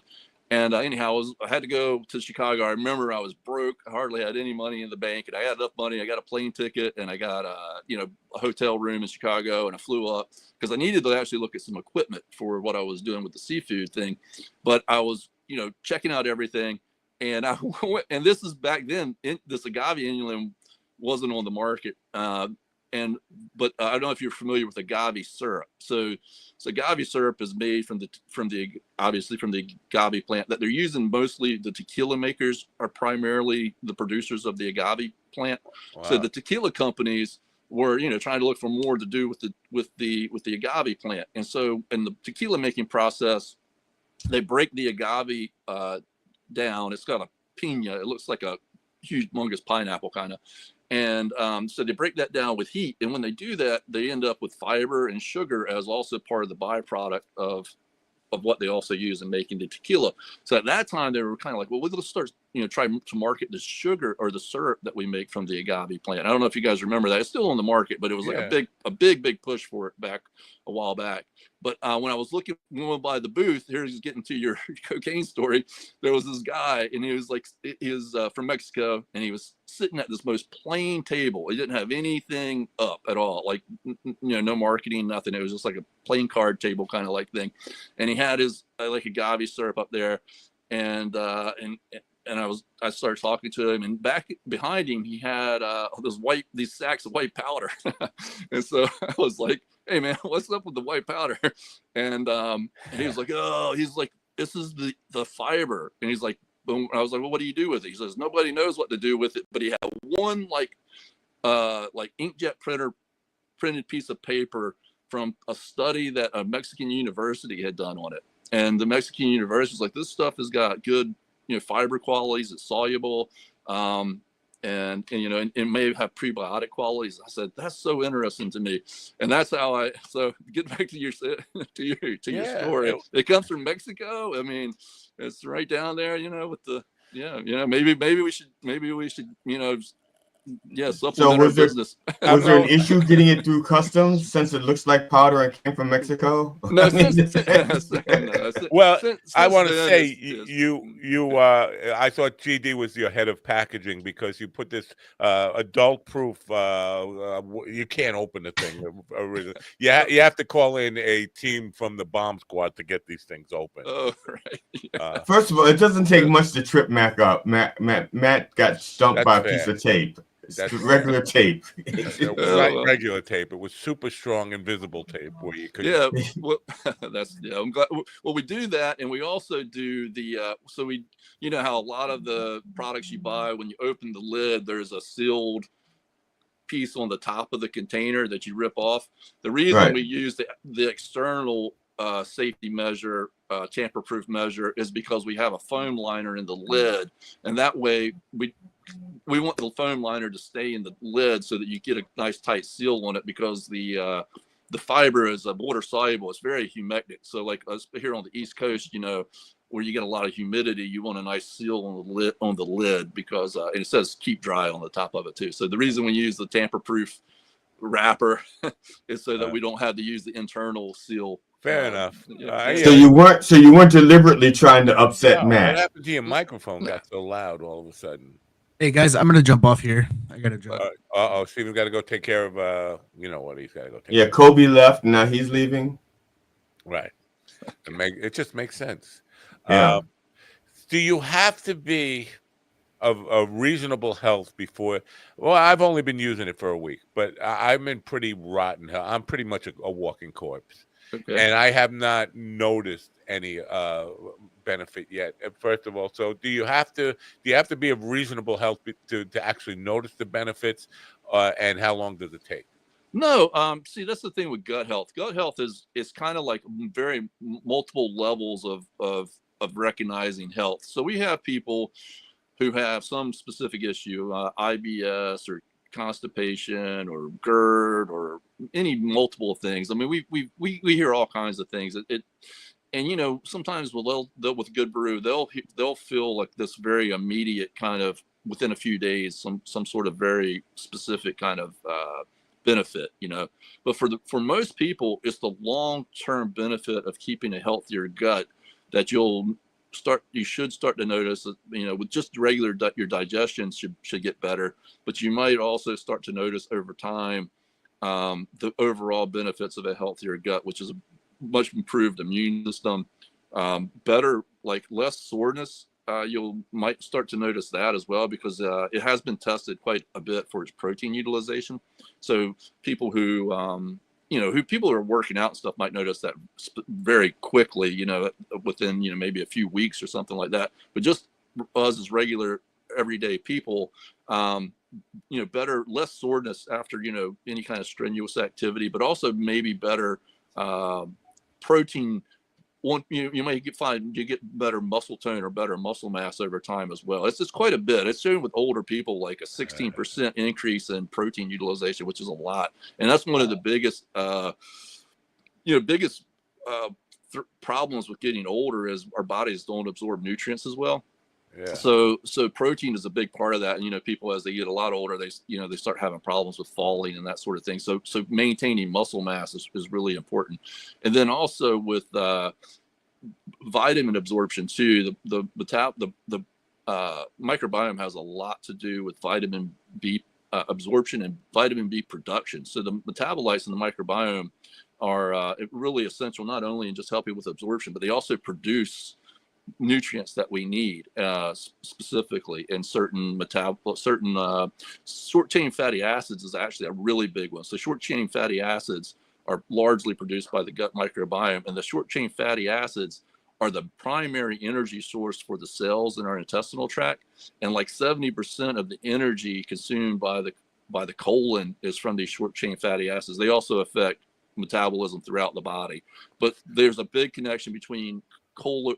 And they're starting to find a big connection between colon cancer and a messed up microbiomes in the gut. So, the main reason that they think that is because people aren't producing enough of the short chain fatty acids.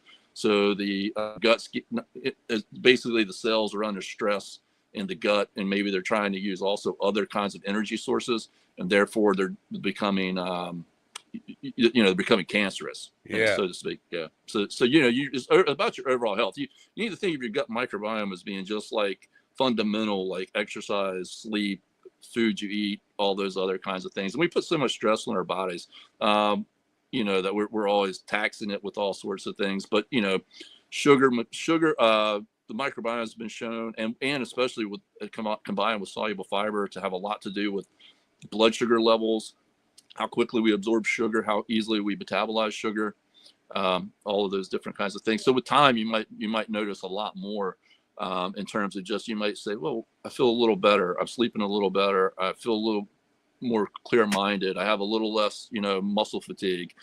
All those kinds of things could start adding up. And I feel kind of benefits over time, like over,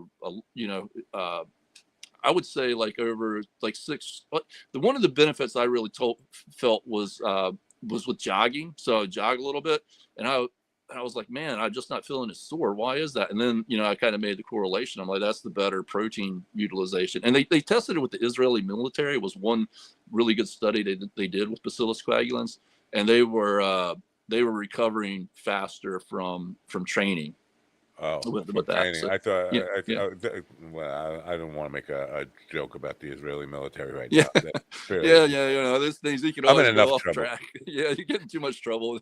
But your answer there about all those other things like sugar and all this, will this be beneficial even if you you stick to your old habits? Because I eat like a 12-year-old. My wife will tell you, a candy bar for dinner is my thing. If I keep on all my old habits, and does that inhibit any benefit I'm going to get from this? Well, it's not like a supplement where you're maybe counteracting it, so to speak. I mean, you're just always going to have better health if you change your habits to more productive habits. But ideally, a better gut microbiome using Good Brew is going to at least, help. It's going to help at least put a positive check mark on one side of your the good versus the bad habits. So Right. So more fiber is going to be particularly good, and doing anything to help build and maintain the gut lining, the mucosal lining of the gut is really important. The other thing is dysbiosis is when our gut is favorable to negative or pathogens or bacteria, and so homeostasis is when the gut microbiome is kind of shifting to where it should be in a positive environment. So when you use a product that helps to heal the gut or to create a better environment in the gut, it's not acting alone. It's actually helping to establish a better environment in the gut that's going to promote the other positive bacteria. So most of the bacteria that lives in our gut, that colonizes our gut, we get that at birth. And then a lot of the bacteria that's in our gut is introduced through the environment, and it's not there permanently. It's transient. It's going through the gut. Some of those are good, some of those are bad.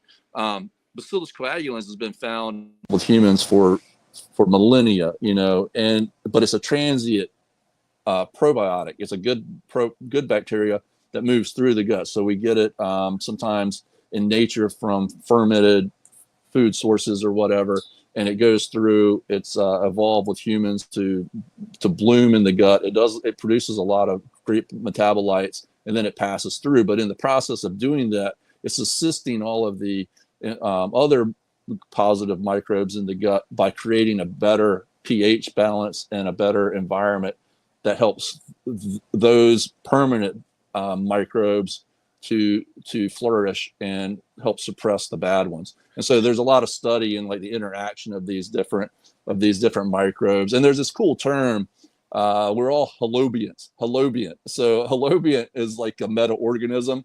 The microbiome is not just in our gut. We have a microbiome all over our bodies. We have on our skin, everywhere. And it's going to be a much bigger part of health and wellness over the years. As the studies, you're probably going to start to see a lot more, like even like skin creams and things with certain probiotics. But the bionts are the organisms that live within us, and we're there's more DNA in our bodies from these bionts than there are of our own DNA, or more genetic information, and from the bionts. So it's kind of like, I always kind of think of it as like the what was the Men in Black, with Will Smith and Tommy Lee Jones. It's like, there's a universe within a universe within a universe, and we're all in it together. So so we're kind of like this meta-organism. And too bad Steven checked out already. You're venturing into his territory now, Men in Black.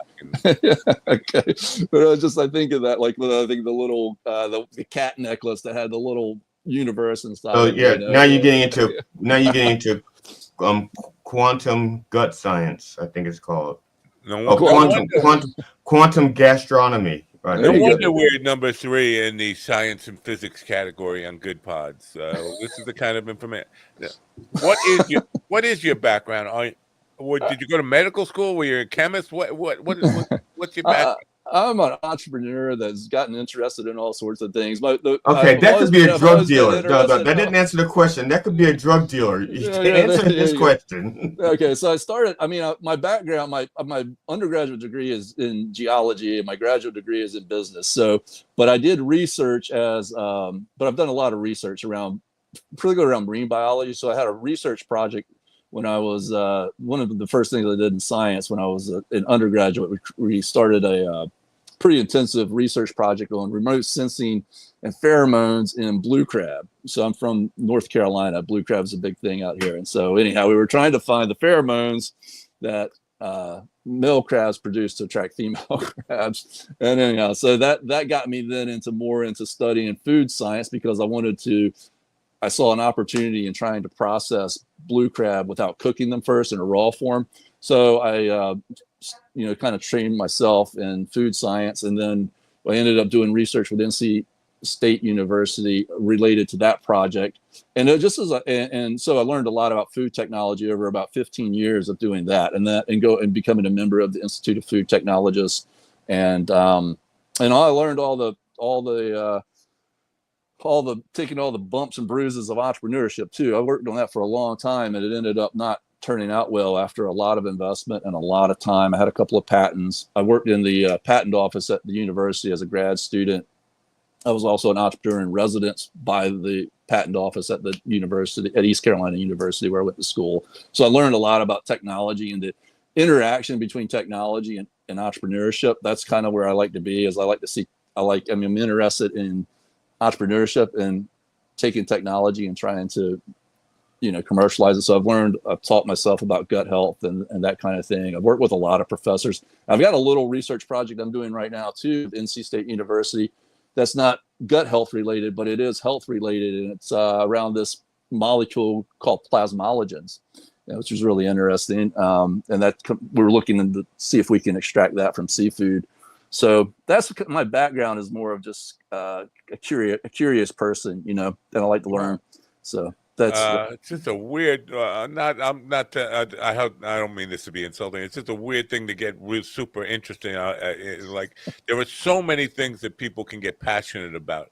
Gut health would be so far down on my list. Obviously, it's important, but it's not one of the things. Because I'm just a very shallow person, I guess. No, I don't think it makes you shallow. It just makes you interested in what you're interested in. I've seen you're very into music. I tell you, I wish I had learned to play an instrument. I think music's one of the greatest things we can do for our minds as human beings. So I could say the same thing. I'm a shallow person because I never learned to play a musical instrument. Wow. And I think that's. Well, neither has Matt. But yeah, right. No, that's what GD will tell you the reason I learned to play musical instruments was to try to get laid. Which that's definitely part of the mission of life too, right? No, Carbon 60. Are you familiar with that? The Carbon 60. I'm a little bit familiar with it. Yeah.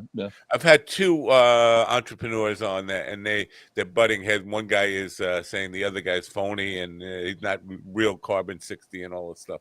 But it's an interesting proposition. And one guy claims that it can help you double your lifespan. That's crazy. I've met a guy who makes Carbon 60. He's got a company. I haven't tried the product myself. It's super interesting because I have heard people, it's hard to say with something like that. I've heard people who really swear by it, and then I've heard people who are like, this can't be doing anything. I've heard the explanation for why it might work.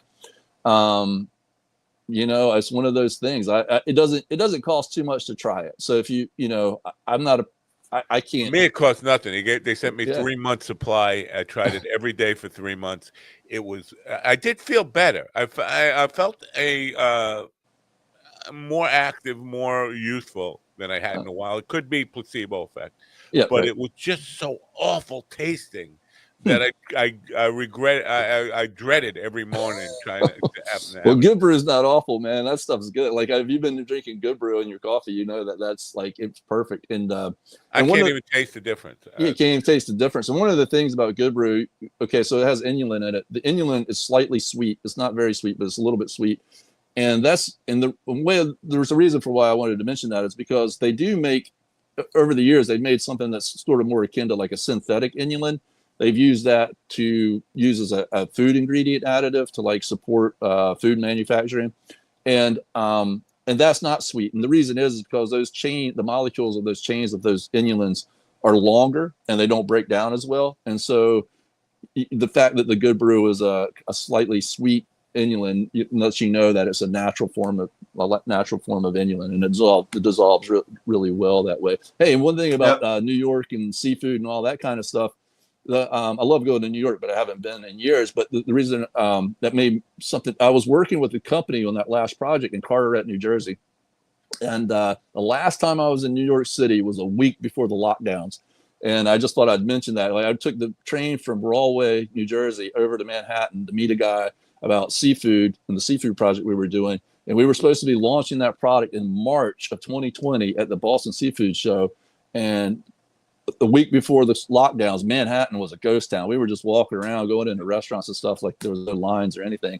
And then the Boston Seafood Show got canceled in March, and then a year went by, and then basically my project got canceled. So, But yeah, I was up there in the city, just a week before the lockdown. That was the last time I was in New York. Yeah. Now, you had mentioned you'd mentioned the synthetic inulin and how they have a longer molecule. Now, is that how or are you familiar with the concept of left-handed molecules? Sure, yeah. Okay, so is that similar to that? Because you was talking about the molecules being longer. Is that different from? No, that's not so much why. It's just that the shorter chain molecules break down faster. They dissolve easier. So in the food industry, they created what's called they've done this with a lot of things. You can think about it kind of like with the seed oils and things like that too, where they want things that have in food industry and food manufacturing that don't break down during the manufacturing process. And so they create like different, synthetic might be a stretch of a word, but it's basically synthetic, but it doesn't have anything to do with the chirality of the molecule, but it does have to do with just the fact that a longer molecule typically is more resistant to heat and stress. And so that's why they use those longer molecules. But they're not the molecules that your gut microbiome has been evolved to really feed on, though. So, yeah. So it's because in order for things, I guess, for us to taste, taste happens in different places of our tongue. So because you say it's not sweet or not as sweet, is that because with the longer molecule, it doesn't break down at that part of our tongue? And so we can't tell it's Gene sweet. Simmons on the line. Hold on a second. Gene Simmons ready. Ladies and gentlemen, Gene Simmons. I'm just kidding. Gene Simmons. No, I don't really. I mean, that might be a reason for why. It may be, because it doesn't dissolve on our tongue or doesn't break down on our tongue. And also may be because it doesn't fit the receptors the way that the other molecule does is on the sweet receptors. Could be different reasons for that. I don't really have a great answer for you, but on that, and things usually that dissolve more quickly, we also get more flavor from. Right. As well. I was just curious because I was thinking about designing my own synthetic inulin, and I just used something in my lab. You're in a good place, New York, man. They do all kinds of food. He's not in New York. He's in. I'm in Westminster, Maryland. So I'm in a little podunk town. My town is so small. I pass for a scientist. Maryland, Russia. That's where he is. Maryland, Russia. Yeah. The aggregate IQ is so low that I pass as a scientist, which is why I can have a lab where I develop that. And which is why we're on Good Pods, number 3 in the science and physics category. This has nothing to do with Good Brew, but I got to ask because you brought it up. Blue Claw crabs. In the Great South Bay off of Long Island, where I am, between June, the second week of June and the second week of August, blue claw crabs were the fishermen's market. It was a way that thousands of people made their living was crabbing on Long Island. Now, if you go out there in mid-July, it's slim pickings. Yeah. Is there something going on with, or did we just over harvest them, or is there something going on with blue claws? Yeah, blue crab is really interesting in that regard. And you remember when they were crabbing in Long Island Sound for blue crab or whatever? My whole life. My Your whole life. life. 50 years or more, and then in the last 15 years, it's just tapered off. So last summer I was out there and literally for 2 hours and saw 3 crabs. Yeah, the thing is about that is, it's hard for the overfishing can certainly have impacts on the ups and downs of a cycle of any species, and you have to watch that. Certainly that can happen. North Carolina, we don't catch as many crabs as we used to, but it's still a very robust fishery. There's something else. I think there's something else going on with blue crab. The reason I do, and I can't say for sure what it is because blue crab is so prolific in its reproduction. Like one female crab produced like 2 million eggs. I think certainly fishing is the easiest thing to look at. But if you were to let up on fishing for a number of years, you would expect that population to start to rebound. And there's certainly ways to get it to rebound.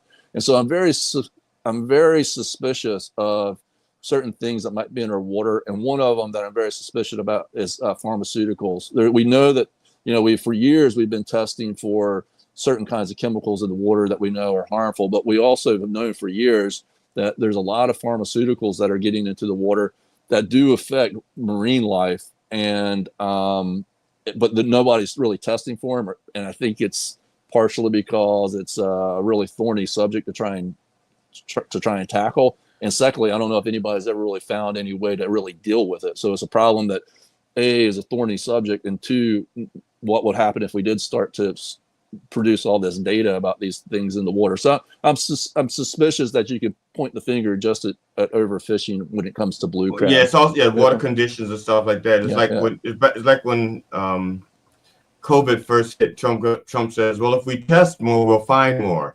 So if we start looking at these animals that we're pulling out of the ocean and start testing for these things, we're going to find these things. And it's like, oh shit, now what? Our tuna is jacked up on cocaine. Now what? That's why I graduated high school with honors, because I never showed up on test day. So you couldn't fail any of the tests. Right. Now this kind of brings us back to the Good Brew talk and the probiotics talk. This probiotics, I've only heard about it in the last 10 years or maybe 15 years. What has our diet, has our food source changed, or was this always a problem for digestion and gut health, and we just discovered it, or were there more probiotics in our food naturally before we destroyed the economy with ecology with pollution and stuff? Right. Yeah, it's all of the above. I mean, so they know that the gut microbiome used to be more diverse in human beings previous centuries. The study of this kind of bacteria, the first people that really started looking at it were, like everything, they were quite, over, back in the 1800s or something like that. Probably the first guys even well before then. But it was very hard to study microbes within the gut, especially a living gut, right? And so a lot of time went by, very little was said about it. Some research was done, I think in the 70s, that kind of started to build more interest in it. And then it wasn't until the 90s when they started to be able to like do DNA studies on microbes to really see how diverse it was. And in the 80s, there were people who were saying, look, the microbiome really looks like it's got a lot to do with health, but they were such a small group of people, they were really being quieted. And even in Europe, when they started putting probiotic on some of the yogurts and things, it was such an out of the box. It was like in the 90s, maybe probably in the 90s. They actually had put regulations on it, said you can't put probiotic on your products or whatever. That's how kind of in the corner it was. But what has happened? It sounds like they were really behind the curve then, because my people were going around smelling poop, and they could tell how healthy an animal was by the smell of the poop. which is the final resting place for the probiotics. When he says my people, he's talking about Marylanders. Yes, Marylanders. We used to go around and picking up poop and smelling it. Says, your cat needs more fiber. Weird ass state. That's. But they do now study the poop of like indigenous people in Africa and whatever, because their guts aren't messed up, and they have much more diverse microbiomes in their poop, and they're actually studying this. But the use of antibiotics starting, in like the 50s, really, every generation since with that, and antibiotics are fantastic. I mean, the world, we wouldn't, it saved so many lives, but everything comes with a cost. And it has, every generation, the gut microbiome has gotten less and less diversified in human beings since we started using antibiotics. And then a lot of other things also affected. The antidepressants actually, the affect the gut microbiome, and which is kind of counterintuitive, because you talk about like serotonin reuptake inhibitors, but 90% of the serotonin is produced in the gut. And so it's kind of like, you got these contraindications. They know now that a lot of those actually suppress the gut microbiome. So, you got that kind of thing going on. And then, of course, just a lot of change in our diet. So a lot more refined foods, processed foods. That's a much different diet for the gut microbiome to feed on than what we traditionally fed on. So most of your colonizing gut microbiome does come at birth. It's passed from mother to child during birth and and also during nursing. And then you have the microbes that come from your food sources. And then you have another thing that's going on there, and that is, what are your food sources feeding? Some microbes are not going to, you're not going to feed the healthiest microbes on processed foods. So you're going to encourage, microbes that are, kind of like pathogenic, or at least not what we would call as the ones that they're not probiotics, if you want to put it that, just even in that sense. Probiotics are even pathogenic, and as we feed them foods that aren't what they normally were going to want to feed on. And that's why the fiber Good Brew is so good, is because you're giving them, you're adding that to your diet every day, and that's going to help a lot to offset some of those other negatives about our diet. So yeah, modern medicine has come with the side effect of really depleting our gut microbiome. Modern medicine and modern play habits, because when we were kids, we used to go outside and eat dirt and play with stuff, and we never washed our hands before we ate stuff. We'd play in the dirt, get a bag of chips, and then just start eating.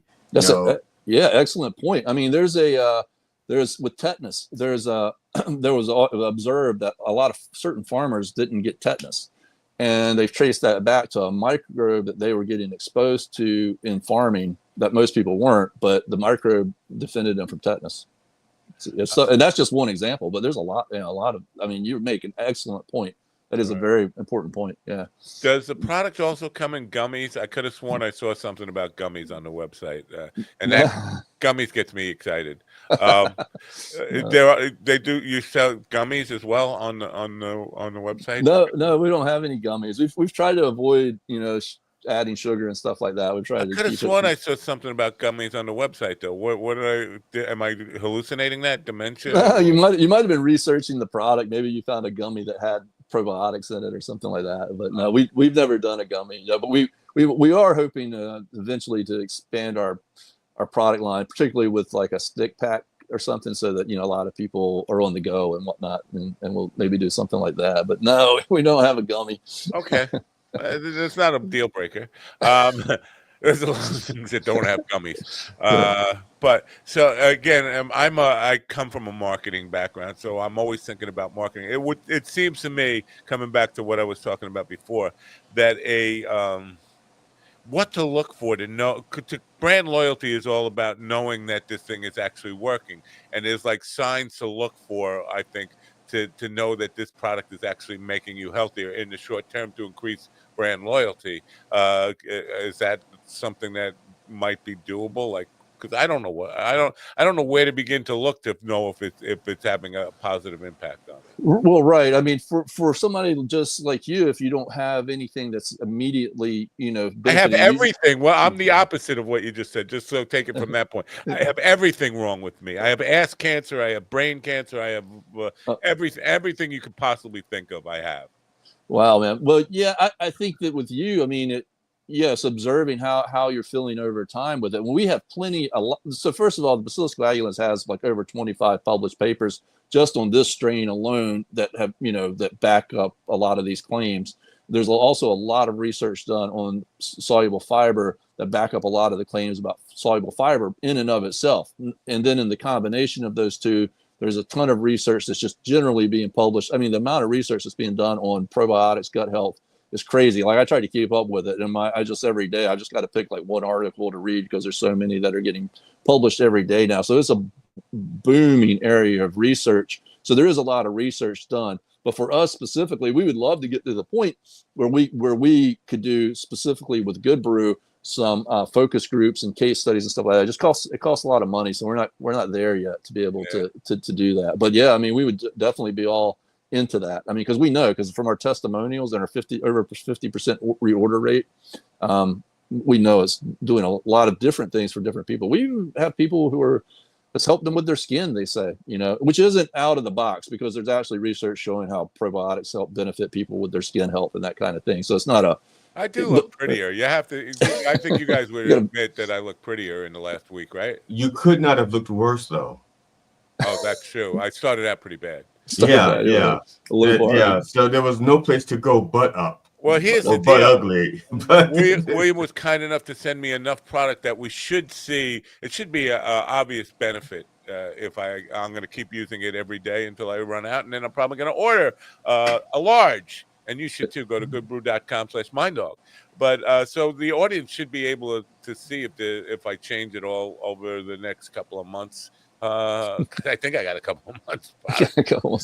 Thank you very much for that. Yeah, I did. I went to your website, and in the contact me, I sent you an email with my slogan, "Trust Your Gut," so you wouldn't forget. Thank you for that. Yeah, and remember, it's BRU for anybody that's listening. I don't know how your audience is mostly. If they're mostly links in the description for everybody except on Instagram. Most of our audience is dyslexic, and when you spelled it out, they heard "good rub." It just seems to me that we could get Ron's participation more in the conversation if you would just say something gay. I said good rub. What else you need? We heard Ron talk more in the first hour of this program than we heard him in the first year of this program, and it was because we had a gay content creator on. It was a wild show, huh? All of a sudden, he just went south. Oh, you're going to talk about health, and who cares about it? Talk about probiotic, yeah. Yeah, let's talk about gay porn stars. Anyway, thank you. Yeah. Hey, thank you guys. And it's Matt and Ron and GD. You go by GD. Yeah. Yeah. Anything except for late for dinner. You can call him anything. Anything but late for dinner. Don't call me a cab. Don't call me late for dinner. Right. Hey, it was great talking with y'all. Oh, was I supposed to share what I got with them? Because I would never share with them. Oh, yeah, we know that. That's why he has such a backlog of everything, like gummies, the pot, any good drug. He's hoarded to himself. If you guys want, I'll send you a few more samples if you would like. If you guys would like some, just let me know. Send me a sure. I would love a sample because I was about to buy some, but send me a sample is even better. You just want a sample. But here's the last question for you: with wine, does it go work in wine? And does alcohol break it down? That I don't know. I don't think that's not the kind of thing that they would have put a lot of time studying because, alcohol is not really, you can't, but red wine is like good for the gut though. I would, you could definitely eat it with your food or put it in something that you're complementing with the wine. That you can certainly do. Putting it directly in the wine itself, if I had to guess, I would say it's probably okay, but it's not something that there's no way. I'll let you know. I have some bottles of red wine I have to dispose of. Okay. Well, the fiber, of course, is going to be fine. The fiber in there, but the probiotic itself, I don't know what the alcohol content of a wine would do to to the probiotic. I can't even really say. But some of these these spore-forming probiotics, though, they found them in like preserved, like millions of years old. Wow. Now, I have a soda stream, so I will let you know how I'll try it in my soda stream, and I'll let you know how that works. Yeah, because that's basically just carbonated water and a little flavor.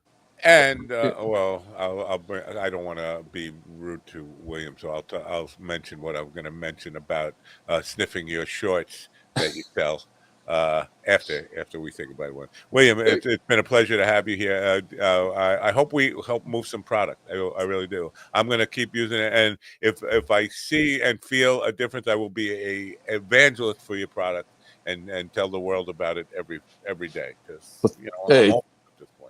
So thank you. Thanks, Matt.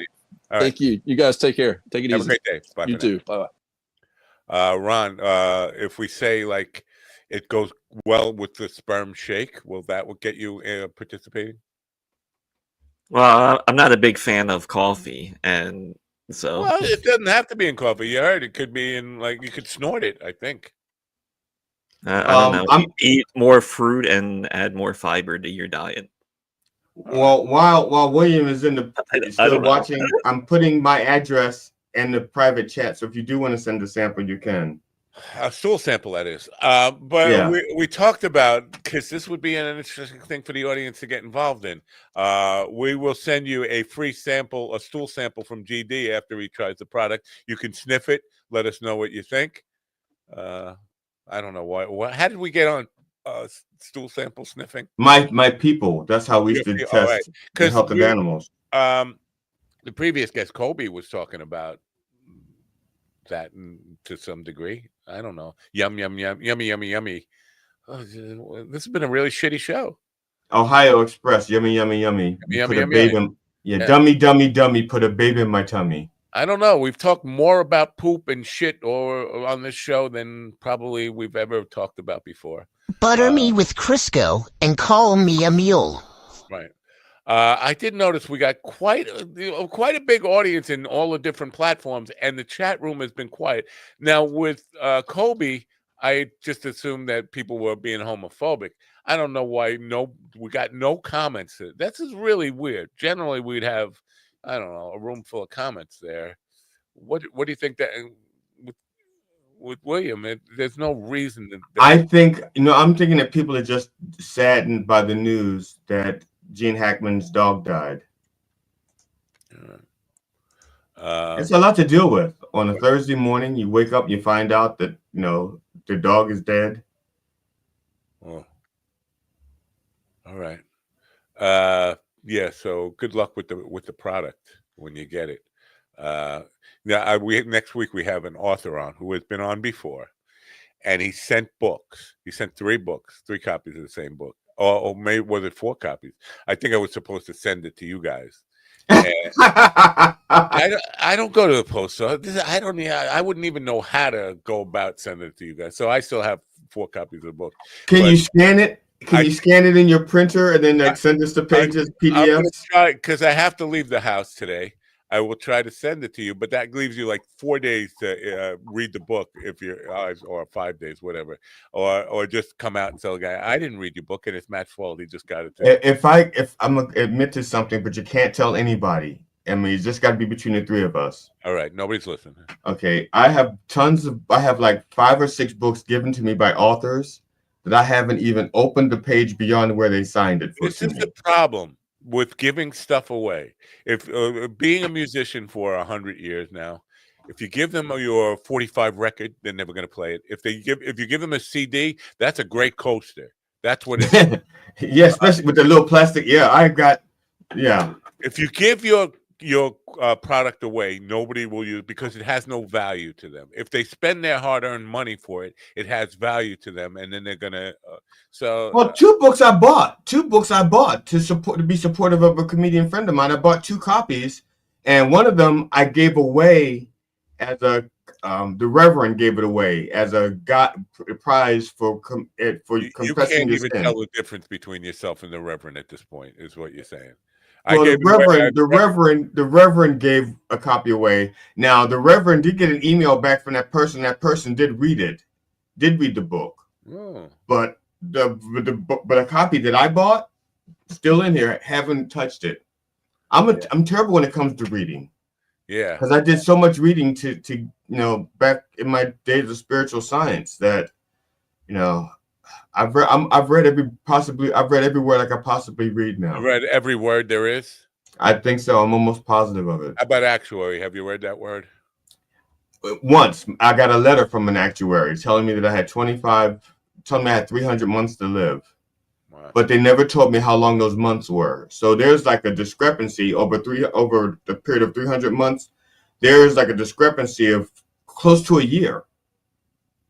Either way. All right, fine. Yeah, I don't think people commented on the Colby interview because I think it was interesting. I think people were busy watching or listening. I thought it was pretty interesting. I've seen a few of the names in some of the rooms there, and I know for a fact these are gay guys. Nothing. No judgment here, but I know we've attracted more gay men to this program than we usually get. Or I've never seen them watching my program.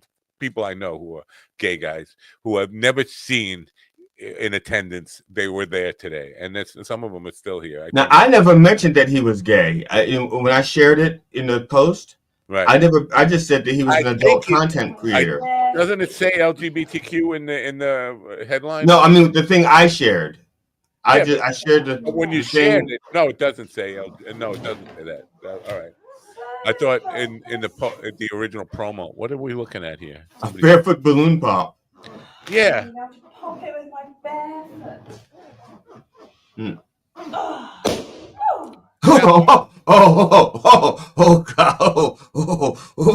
you go. That was the most fascinating documentary I ever watched. This whole Lunars thing, because the popping is a trigger for an orgasm, and where does that start? Can't start in. They were probably children, and they went boo, and they got scared, and so they're just trying. Children don't have orgasm. You can't have that until puberty. No, it's not the orgasm; it's the excitement. And as you get older, the excitement becomes like something happened to them. Like for some reason, there was a balloon, and they got excited. And then puberty hit, and that excited turned into just shooting a load, like every time, which would be really awkward. If you're at I don't know, let's say a political rally where there's lots of balloons and they're going off, and all of a sudden you're shooting loads all over the fucking room. But I used to get on my sister and my mother about something they did with my great nephew when he was born. They used to kiss his feet. He's got the cutest. They used to kiss his feet, and he loved it. And so he got to. Oh, before you finish the story, the Rev has a very similar story. I guess you and him have so much in common. I didn't think you'd remember it. That's why I didn't cover it up. I didn't think you listened. Yeah, I do. I do have a couple of showbiz stories we nice. could do. Let's do that. Oh, well, yeah. Did you want to finish your little feet story? No, I didn't know the Reverend had already told it, and you actually paid attention to it. So I'll just say Ibit and refer to that episode number. Yeah. All right, showbiz. And now, bringing you the latest in entertainment news from Hollywood, New York, and East Bumfuck, Montana. Here's our chief entertainment correspondent, Ron Kane. Ladies and gentlemen, it's showbiz. Showbiz. Kinky Kane. That's like Kinky Friedman. Hell yeah. It's showbiz, everybody. It's Thursday. And yep, there is Where Are My Cum Balls? Yep. And cum balls are on sale today at Minucci's. 4 cum balls for $1. So please come on by. Our chef has been working overtime this past week to make the juiciest cum balls for you. So come on. Now I'm confused. I thought cum ball was one word. I have to check with Merriam-Webster on this, but I thought cum ball was one word. But all right. Yeah. Maybe these are gourmet cum balls. So. Oh, right. Made with real, not that artificial stuff. Is organic, that Kobe's organic picture? Is that Kobe's picture in there or not? Or am I... No. That's a wrestler. Yeah, eating a hot dog. Okay. So, biggest news death-wise is Gene Hackman, 95, and his wife Betsy and their dog were all found dead in their New Mexico home. No foul play is expected, but we'll know in about 4 to 6 weeks what they actually died of. Probably Alec Baldwin was at the home. I think they got. It could be something worse because, like, in the past year, Gene Hackman has showed up a lot on social media, like just driving to a Wendy's and getting Wendy's. People were posting pictures. I saw a whole blog post about him buying a pack of Marlboros at a gas station. Like, how is that fucking newsworthy? That was for the dog. It was for the dog. That's why Peter was involved in that one. Yeah. But if you don't know who Gene Hackman is, his filmography is pretty impressive. He was a great fucking actor. Yes. He will be missed. I mean, he retired, I think like 15, 20 years ago. But yeah, he's made some fucking killer movies. Then also on the death-wise, Michelle Trachtenberg. This one was a bit of a shock. She was 39 years old. She was found dead in her New York City apartment. No foul play is expected in this as well, but it'll be another month or so until we actually find out if it was something health related or maybe something else like drugs. Didn't she have like a liver problem or something recently? I could have sworn that was in the news that she had like some liver disease or something. Yeah, maybe. Maybe, I don't know, but she's been acting since she was 6 years old. She was in I believe the Gilmore Girls or something like that, and Buffy the Vampire Slayer back in the day when it was on TV. So she had a pretty long career, and yeah, so she has passed away. 39 is so young, man. Terrible when somebody that young dies. Yeah, it's really yeah. So this is Catherine Kennedy. I'm looking for a job, but apparently she's leaving Lucasfilm. So Lucasfilm is looking for a new figurehead. So she leaves after about 10 years. And the word on the street is for this job, it's a lot of people want it, but at the same time, a lot of people don't want it because it comes with a lot of expectations if you're going to lead that, because the past few years, Star Wars has kind of taken a hit. And so whoever's going to take it over is going to be in charge of kind of almost relaunching it.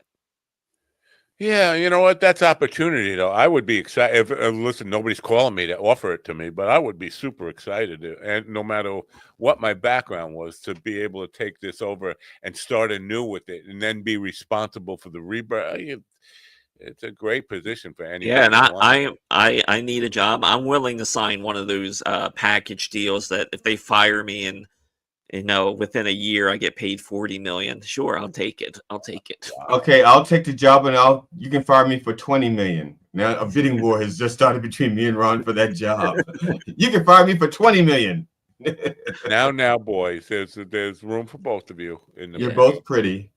So this is Will Smith, and he sparked some controversy. I don't know if it's controversial, but he had some steamy on-stage makeout sessions with I covered up her name, Martinez. She is a Spanish or Latin singer, and so now there are rumors circulating. I mean, he probably fucked her, but who cares? Well, but okay, look at the body language. First of all, she's not the first person he smacked, given a smack to. He gave a smack to Chris Rock a few years ago. His hands aren't even touching her. At least his hands touched Chris Rock when he smacked him. That's right. But he did say, "Keep your tongue out of Gustav's mouth." Yeah. Keep your tongue out of Martinez's mouth. Right. Also, another music news: Pink Floyd at Pompeii is getting an IMAX release. Apparently, the original 35 millimeter film has been completely restored, the audio and the film aspect. So this will launch. This is the work they did right before Dark Side of the Moon, and this has the same credentials as the Rev, by the way. MCM LX. So if you're interested in Pink Floyd, this is coming. Wait, I am interested in Pink Floyd now. I should know this, but Roger Waters and David Gilmour, are they are they working together? Are they both? No, that's an old. It's a re-release. Yeah, it's a So this is re-release. but this is before Dark Side of the Moon, but after Animals, I guess. Yeah, this Obviously after is. Animals. It was recorded in 1971. Oh, and they're not in front of an audience. They were just at the in Pompeii, and it's just them playing. Oh, all right. So has this been like, you know how they do when they shoot videos, they have these grand places, but there's nobody in the audience. Is this like one of those, and they just use segments for videos? Well, yeah, I had Scott Page, who was the saxophone player who tours with Pink Floyd. I had him on the program, and he said they shot this whole long thing, and in an airport hangar, an airliner hangar with no people there. They shot like 4 hours. They shoot every rehearsal that they for video, but they do a lot of stuff in front of no audience for some reason. So, yeah.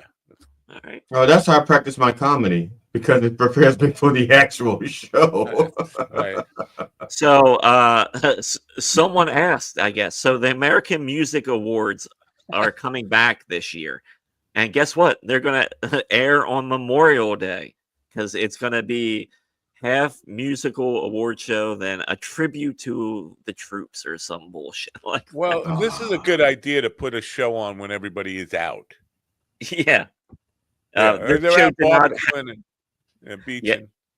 Yeah, this show didn't happen last year, but now they're bringing it back because it's retooled, and this is a Dick Clark production. Even though Dick's been dead for I don't know how many years now, he's still producing shit. That's a testament to Viagra. He's been dead, but his dick is still going. You know, no, I think that's a testament to his work ethic. Come on. Now the thing is, with DEI being gone now, okay, they might as well just call it the All American Music Awards and go back to the days of racism when All American meant white. That's it. Oh wow, we got to go over there already. We just hate the white man. White man hate. No, I don't hate the white man. I hate the white man that's occupying the office of the pretends a lot. There's a Daniel Tosh joke, and when he's talking about when they're writing the Constitution and stuff like that, he's like, when they were writing all men are created equal. You know what we mean. Yeah. With a wink and a nod. What's up with Daniel Tosh? Where is he? Where's Daniel Tosh?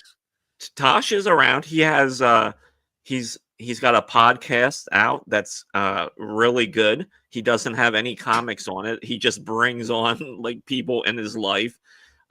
His podcast is really good, and he still performs. He just no specials though. This is what for a while there were like four in a row in a short period of time, and then he just stopped doing specials. The show. Yeah, he doesn't need to. He just works as a stand-up. I need him to. He was to me.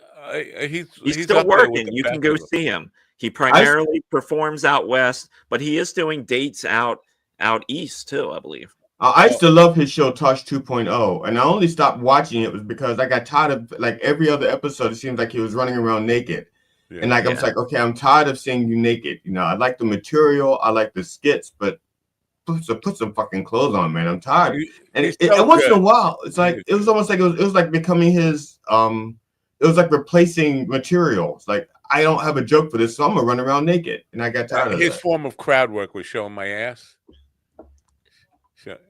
No. Ass work is what it's called. Ass work. All right, let's move on from ass work. So Jeff Bezos wants Henry Cavill as James Bond, and he wants him bad apparently because he had put this poll out on Twitter saying, "Hey, who do you want for James Bond?" And Henry has been like the number one, but Henry is also wrapped up in another project at Amazon, that Warhammer 40,000 movie, which is a passion project of his. Isn't he going to be like one of the Marvel characters as well now? There was rumors because they threw him in Deadpool as for Wolverine. But even before that, when his contract with DC was like coming close to an end, it was still like the rumors were flying back then.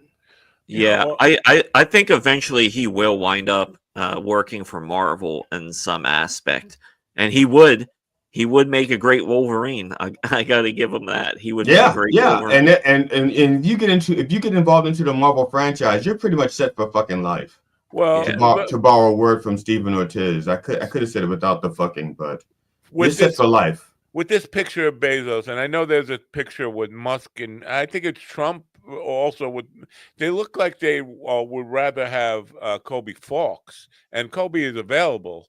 But what was with this picture? Where they're looking like porn stars waiting for a cum shot, it's an AI picture of Jeff Bezos, Elon Musk, and Mark Zuckerberg all in that position with their tongues out. I thought, AI. I should have known it was AI, but I thought maybe they actually did this for a goof or something. But it looks like they're waiting for the old cum. Now this is all stemmed from them sucking off Trump, lining up behind him.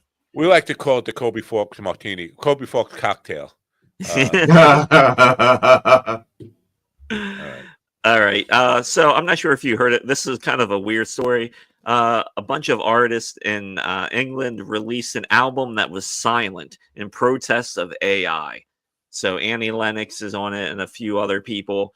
If you get the album, the only thing that's on the album is like some ambient noise. There's no music or anything like that. I brought up Flip Wilson yesterday to Jackie. There's a Flip Wilson album that starts and you don't hear anything for a good 30 seconds. And then he comes on and says, "We're recording this silence."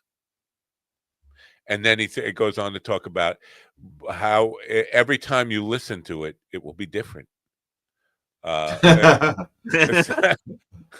See, I have 30 seconds of silence at the beginning of one of my DVDs, but because nobody was laughing. So and also it's 30 seconds of silence, and then I say to the audience, "Sorry, I'm late," and that's the beginning of the CD. It's just like, "Sorry, I'm late." And Annie Lennox is looking pretty buff there, looking like she's I don't know, ready to kick Kobe Fawkes' ass. Yeah, that makes sense. This is Kevin Nealon. He was just on. I got this story from Fox News, but I think I just wanted to mention it. But he was on one of their fucking shows talking about how the state of comedy has changed, and just even from his days on being on Saturday Night Live. He was just really talking about how everything is just so sped up. Like, he's like, well, the bits used to be longer, but no one wants that shit anymore. And he's just talking about how he's noticed the attention span of audiences has dropped dramatically. Yeah. I miss him when he was part of the duo Buns Up and Nealon. That's a Frank Zappa reference for those who pay attention. And if you don't pay attention, it's still a Frank Zappa reference. And speaking of hilarious, Kaman Najai. That's easy for you to say. Yeah. He's coming to Hilarious. His special will be dropping later this year. So it's another comic added to the slate of Hilarious. And they have Can a guy with a name like that actually be funny? He is funny. Yeah. He is funny. Yeah. But I think it's his accent that really makes him super funny. I think if he was just a regular, Baltimore accent, nobody would like him. Yeah, and Hilarious has Ralph Barbosa in the pipeline, Bill Burr, Krista Stefano, Zarna Karg, Jessica Curson, Mateo Lane, Sebastian Maniscalco, and a few more others, and Andrew Santino. Will be dropping specials on Hilarious this year. Just for the record, I am in the a few more others. My name is in that section. A few more others. Oh, okay. Ron didn't mention. I was waiting for Ron to mention my name, but he did. He said a few more others. I'm in that pile. Go ahead. You want to continue with this? Well, I'll talk about that when we're done here. Okay. Yeah. So this is Krista Stefano and Jasmine Canales. They finally announced their engagement, and his special drops. Well, it already dropped on Hilarious on February 21st. So this has been an ongoing thing. His bit has been for a while being on podcasts like, "Am I gay or not?" But apparently he's finally going to marry her because they have 2 children. She has an extraordinary bust line to waistline proportion now. I mean, hourglass with the huge old titties. I like her. She could be on the show. All right. On Monday, Jon Stewart sliced his hand on the Daily Show. Great he was, bit, by the way. Yes, yeah. If you haven't seen it, it's fucking funny. But he sliced up his hand on Monday's show talking about Doge, and then there was Elon Musk said that he would come on the Daily Show, and he only had one request: is that it would be unedited. And the Daily Show responded and said, "We'd love to have you." So so I'm guessing Elon Musk will be meeting Jon Stewart here shortly. I look forward to that with anticipation. I think Stewart will clean his clock, send him back, get his chainsaw and his ketamine and whatever he needs. He's overmatched. This is like Hulk Hogan wrestling a 3-year-old little girl. That's what it's like. And just for the record, Elon Musk is the 3-year-old little girl. Yeah, that's right. Okay, just and to make also that clear. In that article, it talked about this the dumb Trump store they have because they're fleecing all their followers, and like a hat is like $50. You can buy a pickleball Trump paddle for $180 each. It's like, go fuck yourself. Unbelievable. So you'll be able to get a Trump gold card for $5 million if that goes through. Yeah. But this bit that Stewart was doing was so good, and he cut himself like probably 3/4 of the way through it, but he didn't stop. He didn't like, oh my God. He just kept on doing the bit, which is a professional, man. This guy he's really good. And then he sat through the interview too, which was another 20 or 25 minutes with his hand underneath the desk. So Stewart is a funny motherfucker. Speaking of cancel culture that doesn't exist, Louis C.K. announced his new tour, Ridiculous. He's going to be everywhere. I think it starts in somewhere around March, and it goes for the entire year. So he's coming to your city. He's got a shit ton of cities on his tour. So if you want to see Louis, he's touring new material. When he comes to Westminster, I will be opening for him. Your ass? Yeah. My hand, actually, just my hand. Your mouth. So enjoy the suffering, everybody. It's Thursday. I'm not enjoying the suffering. I'm ready to die. I really am. I don't like the suffering. I'm not enjoying the suffering. They need to add a little probiotic to my suffering. That's showbiz, everybody. I want to just comment on this cancel culture thing because I saw a clip with Stanhope, and he was commenting on cancel culture. He said, I'm at the point where I'm not famous enough to know if I've been canceled. He said, I had stuff on Netflix. It's no longer there. But it's not like they call you up and say, we're yanking your stuff because you're canceled. So he said, I'm not famous enough to know if I've been canceled. And I'm like, most comedians don't realize this, but there are only like 5 or 6 comedians who are famous enough that the general public really knows them, like Louis C.K., Dave Chappelle. I mean, Nate Bargatze maybe, but there's not a whole lot of names out there that the general public really. And there are lots of really good comics. I think we are living in, and people would argue with this, the golden age of comedy. There has never been so much good comedy out there. The problem is, like with music, you come to a time where there's so much content out there that it's hard to separate the open micers from Louis C.K. I mean, there's so many fucking people out there. Yeah, that's fair, but that's also like every industry. Movies is the same way now because you can do a fucking movie on your iPhone, and then there's so many different services out there. You can get your movie on Tubi, which has very lax restrictions and things. Yeah. I mean, you can't make porn, but you can make some terrible movies. Yeah, and then there's more terrible movies out there than you can shake a stick at. It's just but I think in comedy, because people talk about the golden age of comedy, meaning and the George Carlin, Richard Pryor, Robin Williams, blah blah blah, that era, and there was a lot. Not the blah blah blah. Damn it, blah man. blah blah. No, there was blah Damn blah it. blah. Blah blah blah was a prop comic, and he was very good. But I think there are so many really. Because I was thinking of this last night, I would have a tough time coming up with my top 20 comics because I wouldn't want to leave anybody out. There are so many really killer. Daniel Tosh is a name that wouldn't come immediately to mind, but when you mention him, like, man, that guy's fucking good. I miss him. I really do. There's so many people like that all this oversaturation makes it seem like it's not such a good time when it really is a really good time. I'd be willing to bet you'd leave my name out of the top 20 easily. So you said it was hard to think of. You'd leave me out. Yeah, no, I wouldn't have any problem because I love insulting you. This is what I live for. At this point, it's the only reason I'm still alive. I think about dying, and I say, no, I gotta live one more day so you can fucking dig DD. And then I make it to the show. All right. Do we have anything further to swallow? I found Kobe Falks a little hard to swallow. Now,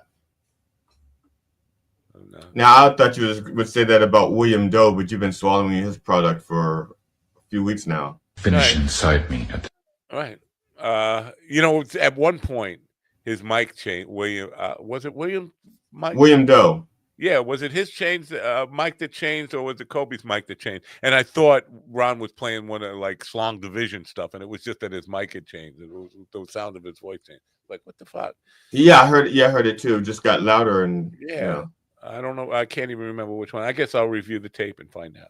All right. Yeah. Now the podathon. I asked you about that yesterday. Did I fuck up? Did I forget to do something? I don't know if you forgot to do something. How would I know? I did send them an email saying that you applied and you haven't heard back from them. So I'll follow up on that today. Yeah, I didn't see them in any of the email thing that I sent them. It doesn't really have it has a junk folder, but there's nothing in it. And I checked. Well, let me ask, was this for, you were doing this for, so GD Funny or? No, for the Reverend. Well, see, that reason they might not have gotten back to you is because they're doing it from Monday to Friday. But when they asked the schedule, all right. Because Either way. Sunday was option. There was a Sunday available. Either way, you deserve a response, whether Sunday is available or not. You deserve the courtesy of a response, either way. Altercation Comedy Festival is now taking submissions again, and I'm still pissed at JT because last year I paid the fee to be considered for it to go do this show live from there, and I never even got a no. You deserve a no. Yeah. Right? Especially if you pay money for it. I paid money for that no. Where's my no? Yeah, that's probably why I don't like dealing with comedy festivals. I've only dealt with one that was actually reputable. Well, let me take that back. I guess there are a lot that are reputable. This one I was referred to, so I was a shoo-in to get in. I didn't apply for it. I was recommended, and so I got in. Yeah. But other than that, the ones that I applied to on my own with the money, I don't even hear back. That's fucked up. You're owed a response, whether even a rejection letter. You're owed that. God damn it! All right, tomorrow we're back to doing authors. I don't know what even he writes about. Andy Dietrich is the guy's name. I'll look it up. Oh, he's great. He's great. Really? I think he's Marlene Dietrich's great grandson or something. Oh, okay. I was thinking of the other Andy Dietrich. Never mind. All right, so that's the show for today. Let's get out of here. Let's get out of here and go do something productive with this day. What do you think? That sound like a good idea? I think we should have a adult content creator on every day because some of the rooms have been packed. And there's still audience is still growing, and he's been gone. Yeah. So I guess they're like rewinding or something. Or they're just hoping to catch a glimpse of Australian cock. Oh, they're hoping I'll stand up in front of the camera because they know I'm not wearing pants. Yeah, you're not Australian.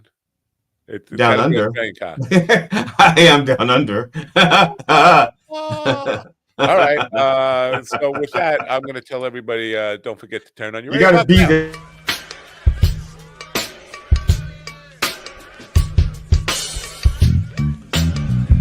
Finish inside me. Finish inside me.